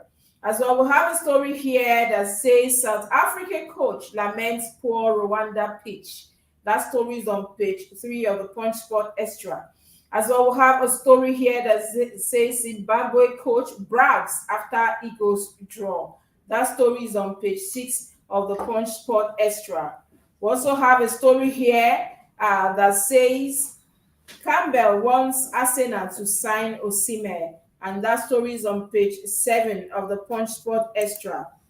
As well, we'll have a story here that says Oshoba headlines November 25 title bout, and that story is on page 2 of the Punch Sport Extra. As well, we'll have a story here that says Messi's World Cup shirts to auction for £8 million. That story is on page 8 of the Punch Sport Extra. There's a story here that says ECOWAS Abuja International Marathon holds December 16 on page 2 of the Punch Sport Extra. And there's a story here as well that says Chelsea won't risk Uwan Cruz against Newcastle. That story is on page 4 of the Punch Sport Extra. Mendes sues City over unpaid wages. Mendes sues cities over unpaid wages. These are some of the stories we'll be able to take from the Punch, and you can see our coach, handsome coach there. And there's been so much basketballs, backlash, beating, flogging since how many days now. In fact, I had a sports analyst on my show yesterday, and he was just he was so angry. He was furious as well with the team that are drawing with Lesotho, that FIFA has ranked 153 on the position, and of course even Zimbabwe as well, that is 120 or 20 something. And now we're not seeing that Peseiro did say after that match that he blames the whole scenario on the energy of the players, that their energy is nothing to write home about. And of course, it will be the come out to say, forgive us Nigerians, this is not going to happen again. Who's that? It will be. It will be okay. Says we should forgive them. He's a good player. Kenneth. And so yesterday, we actually agree on my personal show that we should forgive them. So don't come and tell me this morning that your people are not going to forgive them. We are forgiving them so that they will have energy to face South Africa. We all know that that is not going to be easy. We're not in a very difficult team. We're not the best group. With Peseiro, it's a disgrace. This one now, what they call, we don't go use our hand, carry what we know. As in the coach yesterday say, the sport analyst rather say yesterday talk say, wetin go make coach go carry away base player when we say you get some fierce people here, people with energy, that these people are they are scared of injuries, they are scared of this, they are scared of that. Please stop, guys. But seriously now, sir. No, these are, you know what, sometimes football, don't forget, we have 11 people, you put 11 men to face one another. And It's they not. brought in 24 persons or 26. That was what the sport analyst said. Yes, let's come to that. Who are you trying to bench in that team, really? Owobi, these are skillful players. Now the coach, So what happened, there's sir? no motivation. You see these guys like What kind of motivation, sir? I don't know, because that's what if you see that you cannot fault the caliber of people on the pitch. What is really wrong is the motivation to go and win a tournament for Nigeria. Maybe we need to find out. It's not a coach problem alone. It's not the players problem. No. Why are they not putting in their best The when it comes to analysts, national now team? that was what I was saying now. The analysts say when it comes to national team, the coach, they just bring these people, come and play, we have match, and there is no, you talk to them, you work on their psychological, how did he put it? Their psychic, yeah. Psychic. That because most of them have the belief that Nigeria, first and foremost, they have clubs that pay millions for them just to be there, and that in case they are injured, one here they don't have. They if you like, for instance, most times they don't have how do you call them, emergencies? Was medical team around? Most times because of insecurity issues, and most times maybe when they get injury, nobody will even take care of them. You see them now footing their own beats because NFF has not been able to put their houses in order. Thereby, in their own clubs abroad, you will not see that. Instead of the club waiting for them, they might not get a replacement, and before you know, their time is gone. And so they are very careful because they know they have a major goal somewhere waiting for that. President, how to solve such a problem? Do you solve such a problem by saying those set of people are no more good, or you solve such a problem by giving them the incentive they need so they can give back well to Nigeria? Because if you continue to do this, even the new one you will recruit today, if you bring one boy from my village now to play at the national team today, he's going to UK the next day. So he's not going to stay anyway. So how did most of them get here? One chance, they got notice, they are abroad. And that is what we're saying, sir. So if for instance we're looking within, we must have more than 5 people within all our local clubs. Yes. And then at that point, they are still hot. You use them for national, our own benefits, and before they will get to the level of being weeks away, we would have recruited more. You see, this is the problem, and that's not a team. You continue to have a new team every day. Perhaps I thought that was what the coach was going to say, but I'm happy he didn't say that they didn't play together as a team. He said they don't have energy. Good. There was no energy. Which is beautiful. Princess, energy we're talking about, it's not as if they don't have power to do it. Easy. And then there's no unity among them as well. Okay, they are not playing as a team. That's a different thing now. You understand? And you can't get the unity if you bring people from every part of the world to come and play. You see, there's a winning team we have in Nigeria one time. If you watch the team that won the Olympics, these boys played together, they played a lot of contests, and they won. And they were a strong team. When they are coming anywhere, you know they are coming. So, but if you keep changing it, you're not going to get anything because it gels. It's a thing. That's not going to happen overnight. What my problem is this: we can continue to demonize the foreign players, but we should be asking ourselves, why are they not encouraged? Why are they not taking risks for Nigeria? Because that is the language now. They don't want their legs to be broken because they're saying things. Why are we not thinking of putting that in place so that Nigeria can begin to win? And they alone can also contribute to Nigeria. They are the one losing. I said to the foreign players, they are losing. Because if Nigerian league is good, you might finish and go and retire home. You don't need to die in Europe that you must play in one Manchester forever. You're not going to be there forever. Where are you going to retire to? You understand? We've seen stories of footballers returning back to Brazil because they have a football where they can play there. You understand? So this whole African Cup that is not doing well, this tournament in Africa, and the only thing we know that is good in Africa is the African Nations Cup. But we can do better. There should be more. In fact, going to the Nigerian league is important. So we must not go and die abroad. Nigerian players should be well paid. And the sport analyst yesterday told me that have I had the opportunity to go through Pesiero's profile? I said not really, and he said go through it and you will be very disappointed in NFF. That how will they bring somebody that has not been able to win not even local match? That these things are there because of course they have data where he's from, and so every of his work is there, is stated. And then how will you go and bring such a person to head a team such as our Super Eagles? No, I think you said it all. You understand? I'm not a big fan of a foreign coach. A white man leading Nigerian team is annoying. I don't even want to see that in the first place. You understand? We have people who should be handling the job. But that's not to say the players who are Nigerians, who are outside, should be demonized. You understand? For the stupidity of or for the failure of our NFL. That is the wrong thing to do. And you saw also here coming from NFF this morning that we are stuck with Pesero. NFF members confesses. So why are you stuck with because him? They couldn't pay him. Because you can't pay now. Paper. Yes, they signed some stupid paper yes. with him. Like I know my former rep at the House of Rep said Nigerians sign contract written in Chinese. Something you cannot read, you're signing it. Are you not mad? You understand? So it should be well written in Chinese and English. So you signing contract with this guy, knowing that the guy will come protecting himself. That listen, I'm not going to come because he knows that if you're going to fire me, this is what I get for a take home. It's a lot of money. And NFL is always not having money to pay for anything. Nigeria is always broke. But there's some fast stomach people, you've seen their stomach. Nigerians say people that have that kind of stomach. Now people when they swear juju for in those days. They say when they swear juju, you know your belly will be swell up when juju catch you. And do you look know at the that coach, his stomach is like that. Because if you are to sack him now, you're still going to abide by that contract rule. You have to. Of course. You actually So employed him. And the So question now the people like the Kenneth couldn't read the law, Yes. They couldn't interpret it without the whole intellectual your president has just claimed. Look at the stupid contract to sign. Now we cannot get out of it. We cannot get out of it. So if the man is not performing, we don't have reason to say we are going. You're going. If we're gonna go, we pay. We pay. And we yeah. don't have the money to pay either. And so we're stuck. That's the word. That's why when you marry some kind of bad wife, you cannot take her back. back. You don't bring her in. So you're in the scene and you are there for life.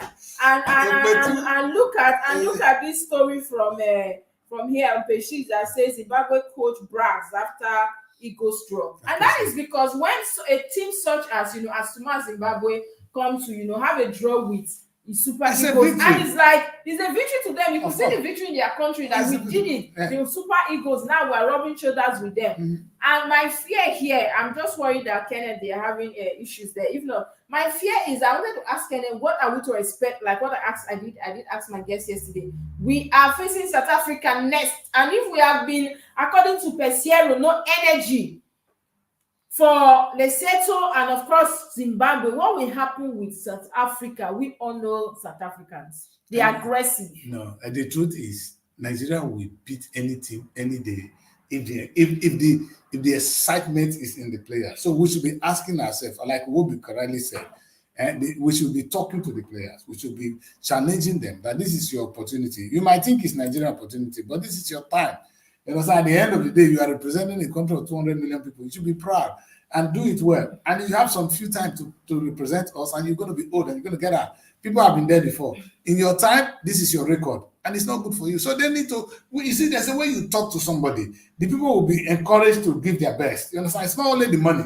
The boys are happy to wear the green jersey to represent us. They better do it well. And perhaps we should also look at how we're going to encourage them to take risk for us. If they are afraid to, their leg will be broken. Because you see Nigerian players now, go and look, you see not this one, which no Roman, in bed, no treatment. So all these people, they end up dying.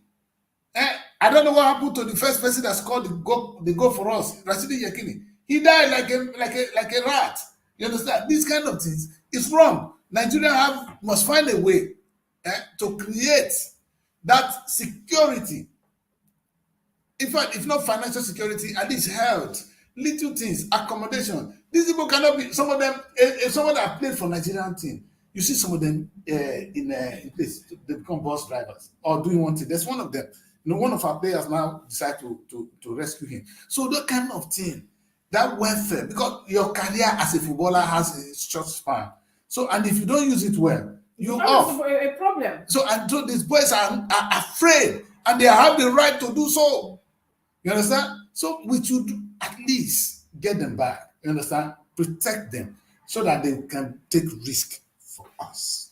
And then just before we wrap up the show and go into our short discussion, there's a story here that says Messi's World Cup share to auction for £8 million. Seriously? Not unexpected. That is much. Is it pounds or euro? Princess, this is your pounds interpretation. Okay, euro. Because I don't know what is the right there. Anyway, I'm just going to look at it with you. And what I'm saying, it's not unexpected because, and that is what you get. This is how you talk to the players. If somebody that went to World Cup is JC alone is now £8 million, why are you afraid? Do make Nigeria proud, and then the result will be yours. How about selling JJ Okocha, who is better than most of these players, never really achieved anything. Now it's now into bets, it's advertising bets. Now what Okocha These are people that are supposed to be running serious clubs in Nigeria as we speak today. He has, in fact, it's not even too late for them. These are boys that should be talking in position of where the football should be. They are the people that should be the consultants right now. Because they've lived it. Should be deciding, and now look at this match. We're not drawing with small clubs like this or teams. If Amaka should not get job with Nigerian team, hungry for no killer. You understand? All of them, you see, so you understand. And these are boys who are on top of the team. They are afraid. When they don't want to end up like these people, and it's right. Pesero is not eating our money. Look at his tummy here. Our juju they cash and though. You know, so when you eat Nigerian money, he's not eating so much money. We don't have issues with that, but deliver the job. Whatever you will do to bring their energy back is what we're saying. Yeah. You didn't say whatever they need. Whatever they need for the energy to come out. We need to encourage him too. We need to give the boys the energy. It's what I'm saying. Only this coach cannot do that. Nigerian government, your NFF should encourage this, but should give them security. Nobody's going to take his life, his career, take the big risk for you, and you know that when he breaks leg tomorrow, he's dead. He's on his own. Who's going to do that? And you're not the one that took him there anyway. They won't do that. Anyway, these are some of the stories we have coming from the sports this morning, and these are all we can take today. Okay. But quickly, we'll go on a break, and when we come back, just shortly, very briefly, we'll discuss on Ambassador's comments and we'll wrap up the show. Stay with us, we'll be right back.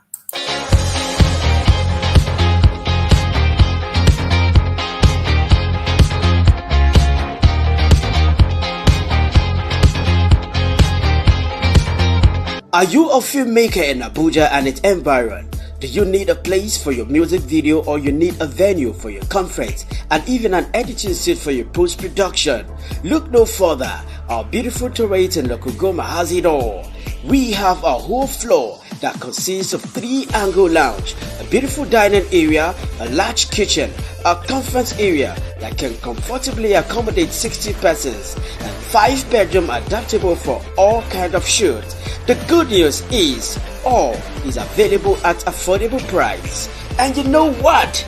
If you are a member of the Association of Movie Producers of Nigeria, you have 20% discount. So what are you waiting for? Hurry and contact us on the numbers on your screen now.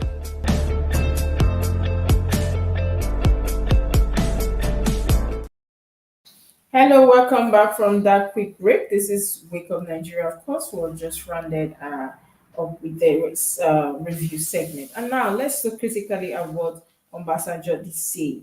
Western democracy not working for Africa. This is according to the former president, Chief Olusegun Ambassador. They say he's not working for us. What can we do, Daddy Chris? Do you agree? Is it the Western democracy that is not working for us, or is our leaders that refuse not to apply it or use it well? Well, there's no system in the world that is perfect except the one that God, the system of God. That's why everybody's waiting for God. You understand? To come and intervene into the things we do. But that being said, Ambassador saying that the system is not working. It's not the system per se, but the way we practice it. The thing is, we come to the West and we take what we want to take out of it. What they give to us is unique, all right. And we take how will I put it? We take only what they throw at us, and sometimes we take only the bad one and we leave the good ones, and that is the problem. And number two, sometimes we couldn't even interpret it. I always say to them, in this country, we don't vote for the king. Did you vote for King Charles? Nobody voted for him. He's there. He's the king. You understand?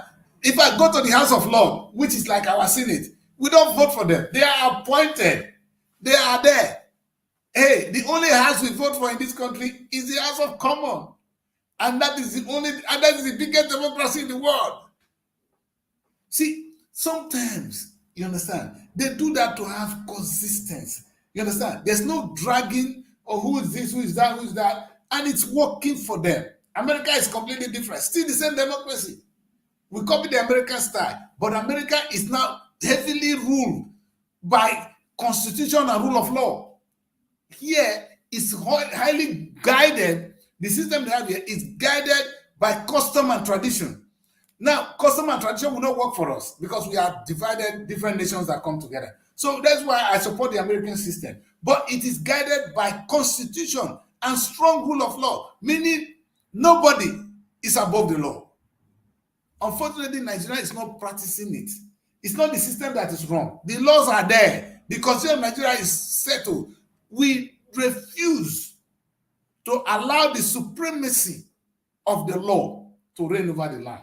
And any society where people do what they want and where people are above the law, where elected leaders become gods rather than servants, failure is a self-fulfilling prophecy, unfortunately. And then a lot of people also are now kicking the president that he lacks the moral, moral ground to say such a thing. And anyway, people will always say anything. Baba have said his own. If you like, you take it. I don't support Baba a lot. I have for his fault. But whatever he has said it. I want to be telling his moral ground. He's saying things as a father. If he think he should be saying, I made my own mistake, my swear. But the truth is, the system we have is unique. The presidential system of government is not. It didn't stop us. The democracy we copy from the West. It didn't stop us. No, it didn't stop us from restructuring the Nigerian state and having a true federalism, which America had. See, this is what I'm saying. America had true federalism. New York run its own economy. California, the economy of California is bigger than the whole of West Africa. Put all of them together. Only California, one state in America. So, but they run their own economy. So that is true federalism. We went there, we copied it, and we come and use it to practice unitary system of government, which the military imposed on us. And we refuse to practice it. And you're blaming Western democracy. What is the fault of democracy? I don't get it. You understand? So it's not the democracy that is the fault. And if we, like I said this morning, if you even choose to practice the Nigerian state as it is, then wise governors or wise people can then take advantage of whatever they are. Wherever you find yourself, you make good use of it. This is where we are, governor. Who stops you? Does the federal government stop you from doing what this Edo State governor I just said? Let's come together and save electricity in our area and even begin to export to the rest of the country. Did they stop you? No. So what are you talking about? Anyway, we know that, like Daddy Chris said, is Baba and of course an elder statesman, political stalwart as well. So he is supposed to have his say, especially when things are not working the way they should. Even though we know that he was once the president, he had the who knows, maybe then he did come up with some of these reforms or issues as well. But like that saying, say, head and not they stay house, make goat when they tie or rope.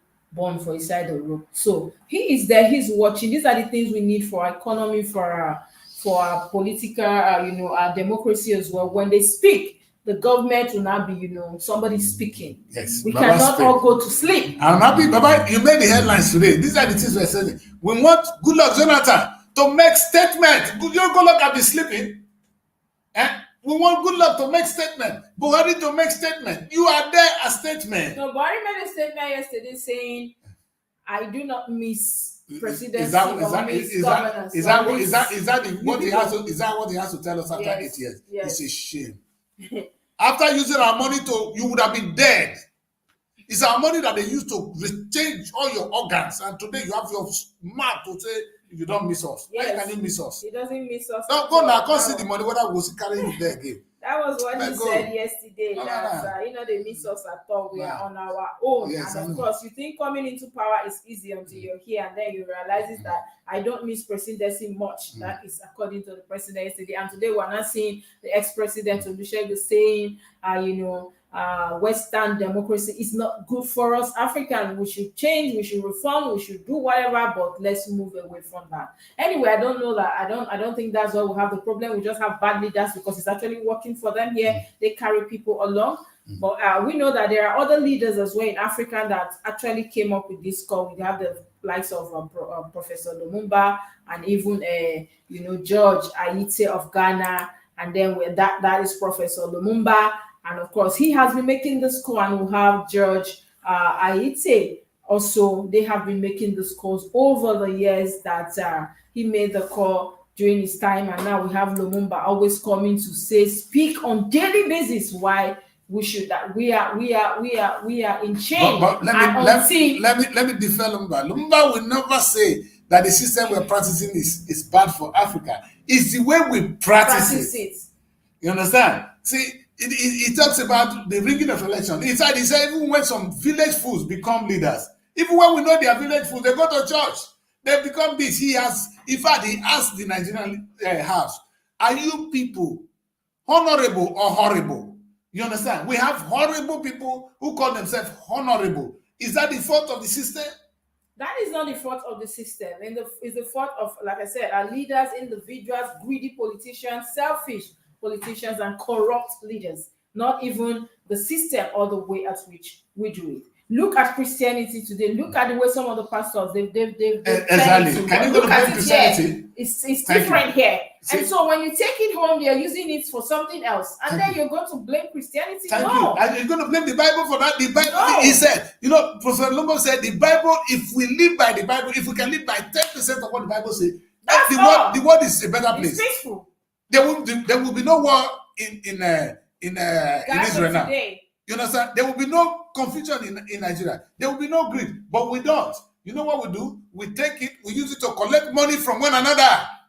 A pastor having private jets. Yes, look at Christianity today. That is a case study of what we're talking about here, leadership. When you come here to a developed country, look, they even give you food when you close. They tell you within the week, come and take food. If you don't have, you drop offering, they thank you for it. No matter, drop, even if just £1, they thank you so much for it. And then our pastors at home, most of them, what are they doing? They rip you so much. They collect so much. I watched a video yesterday online. A young girl was saying she went to church and that they were preaching that if you are not paying your tithe, and if you've not paid your tithe today, you are not part of the church, and of course you are not part of God's movement. She actually played it online, and that is shameful. You make some people feel very special in the house of God, and some less human beings because they are not able to even eat, let alone afford tithe for your personal usage. Putting it in context, it's not Christianity that is wrong. It is the way they practice it. Even it's what we're saying. Exactly. It happened in Japan. They have to twist. Yes. I had a man of God on Sunday and says that I think my topic was what was it again? With God. Is it relationship? Having the partnership with God. I watched him. The only part I watched in their show was when he asked him, should we partner with money alone? He said, no, you partner with God in two ways. He was still dodgy. Yes, because I was saying, sir, because from all what you said, you did not mention money, but we know that the core Nigerian pastor, the only thing, when we hear partner seed, so why are you skipping that partner seed? And he did say, no, I didn't say that. That is one way too, but you skipped it earlier. So these are some of the issues. Serious issues. They've been able to brainwash a lot of Nigerians. They've been able to make you feel less of yourself because you don't have money to give to them. Stay at home. Exactly. Don't go to church. Commune with God anywhere you are. You know, Princess, this is quite funny. You know what happened? Anywhere this system are abused, what the people need to do is actually do something about it. Not blame the system. Perhaps what we want to say to Baba is democracy is not the problem. They are the problem. Like Beno was saying earlier, he was the president for some time. We're not going to go into that, but you have been there like 2 times. And that's why they said they like the moral ground. But what we're saying is this. So what we need to do as Nigeria is challenge the system. Look at what happened in Japan. It was Christianity. The man they called Tokyo. He was the one that actually killed all the so-called people that abuse Christianity over there. He killed all of them. You understand? That's why they changed it to Tokyo. So you must understand that. You understand that people there's going to be a time where any iniquities of man will be visited by man in a harsh way. And that's what we're going to get in Nigeria. A revolution is, you cannot continue. You see, those people that think that there will be no revolution in Nigeria, it's already taking place.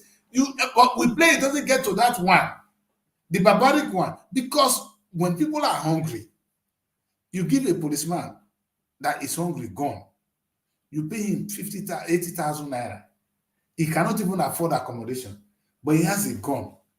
You're stupid, man. There's no moral ground. In fact, Africans are so moral. They are so moral. If not our moral, if not church that is really suppressing us too. So there's the government doing one, and there's church doing the other bit. The other one, religion. That's why the people are still where they are. If not, they carry God, they shoot anyhow. Please, we pray that we are not sincerely. I think, Baba, this thing is not about democracy or the Western world. It's about your people. We are our own problem. Exactly. I saw headline today that says attitude. You know, when we talk about politicians' attitude and the people, we are the problem. And so everybody, we should work on ourselves, and then the democracy, of course, will work for our good. Anyway, that will be a good place to wrap up the show. Thank you so much for being on the show today. We appreciate your time. And of course, what Falana said also, that they should make sure INEC is our problem in this country. Until we know that in Nigeria, INEC is the problem, we'll not be having these electoral issues or problem, parties, tribunals, Supreme Court, time wastage up and down. INEC. We need a reform of the INEC. You understand? Like what Labour is saying. You understand? We don't want anybody in power to be. But there's a way the INEC is so important. It's such an important instrument. Now, even bigger than our judiciary in some sense, because they're the one that really bring people to office. So they need to be so independent. They need to be reliable. They need all the things they need to succeed. And rather than, I don't like your president, your chairman now, but hey, even if you put a cent there, that person is going to be doing the same thing, because it's not the human being that we rely on. We rely on a system that should work for us. And I pray that Nigeria will get to a state where we can challenge things. You know, if I say something about Christianity today, I mean, what do they call me? They give me a name. So if you say anything about certain things, about the governor, they give you a big name. But until we are bold enough, until we are honest enough, until we are strong enough to deal with our demons, you understand? To challenge ourselves and say, oh, I want to do things better. That's something I do to myself all the time. I say, no, that Chris, I want to be this, and I do it. But until I challenge myself, it doesn't work. So, and I don't want to challenge others. I challenge myself. I think perhaps it's time not to look at the fault of what we inherited, but how we can make things better. Anyway, that will be a good place to wrap up the show. We see you again tomorrow, hopefully. But before then, take care of yourself and subscribe to our social media handles. We see you tomorrow.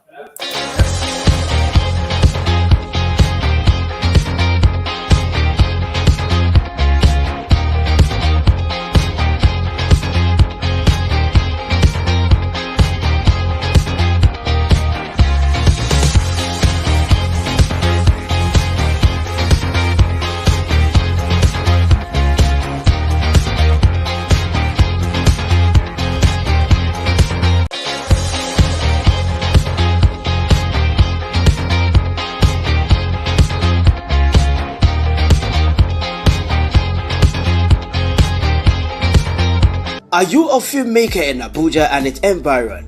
Do you need a place for your music video, or you need a venue for your conference and even an editing suite for your post-production? Look no further. Our beautiful turret in Lokugoma has it all. We have a whole floor that consists of 3-angle lounge, a beautiful dining area, a large kitchen, a conference area that can comfortably accommodate 60 persons, and 5-bedroom adaptable for all kind of shoots. The good news is all is available at affordable price. And you know what? If you are a member of the Association of Movie Producers of Nigeria, you have 20% discount. So what are you waiting for? Hurry and contact us on the numbers on your screen now.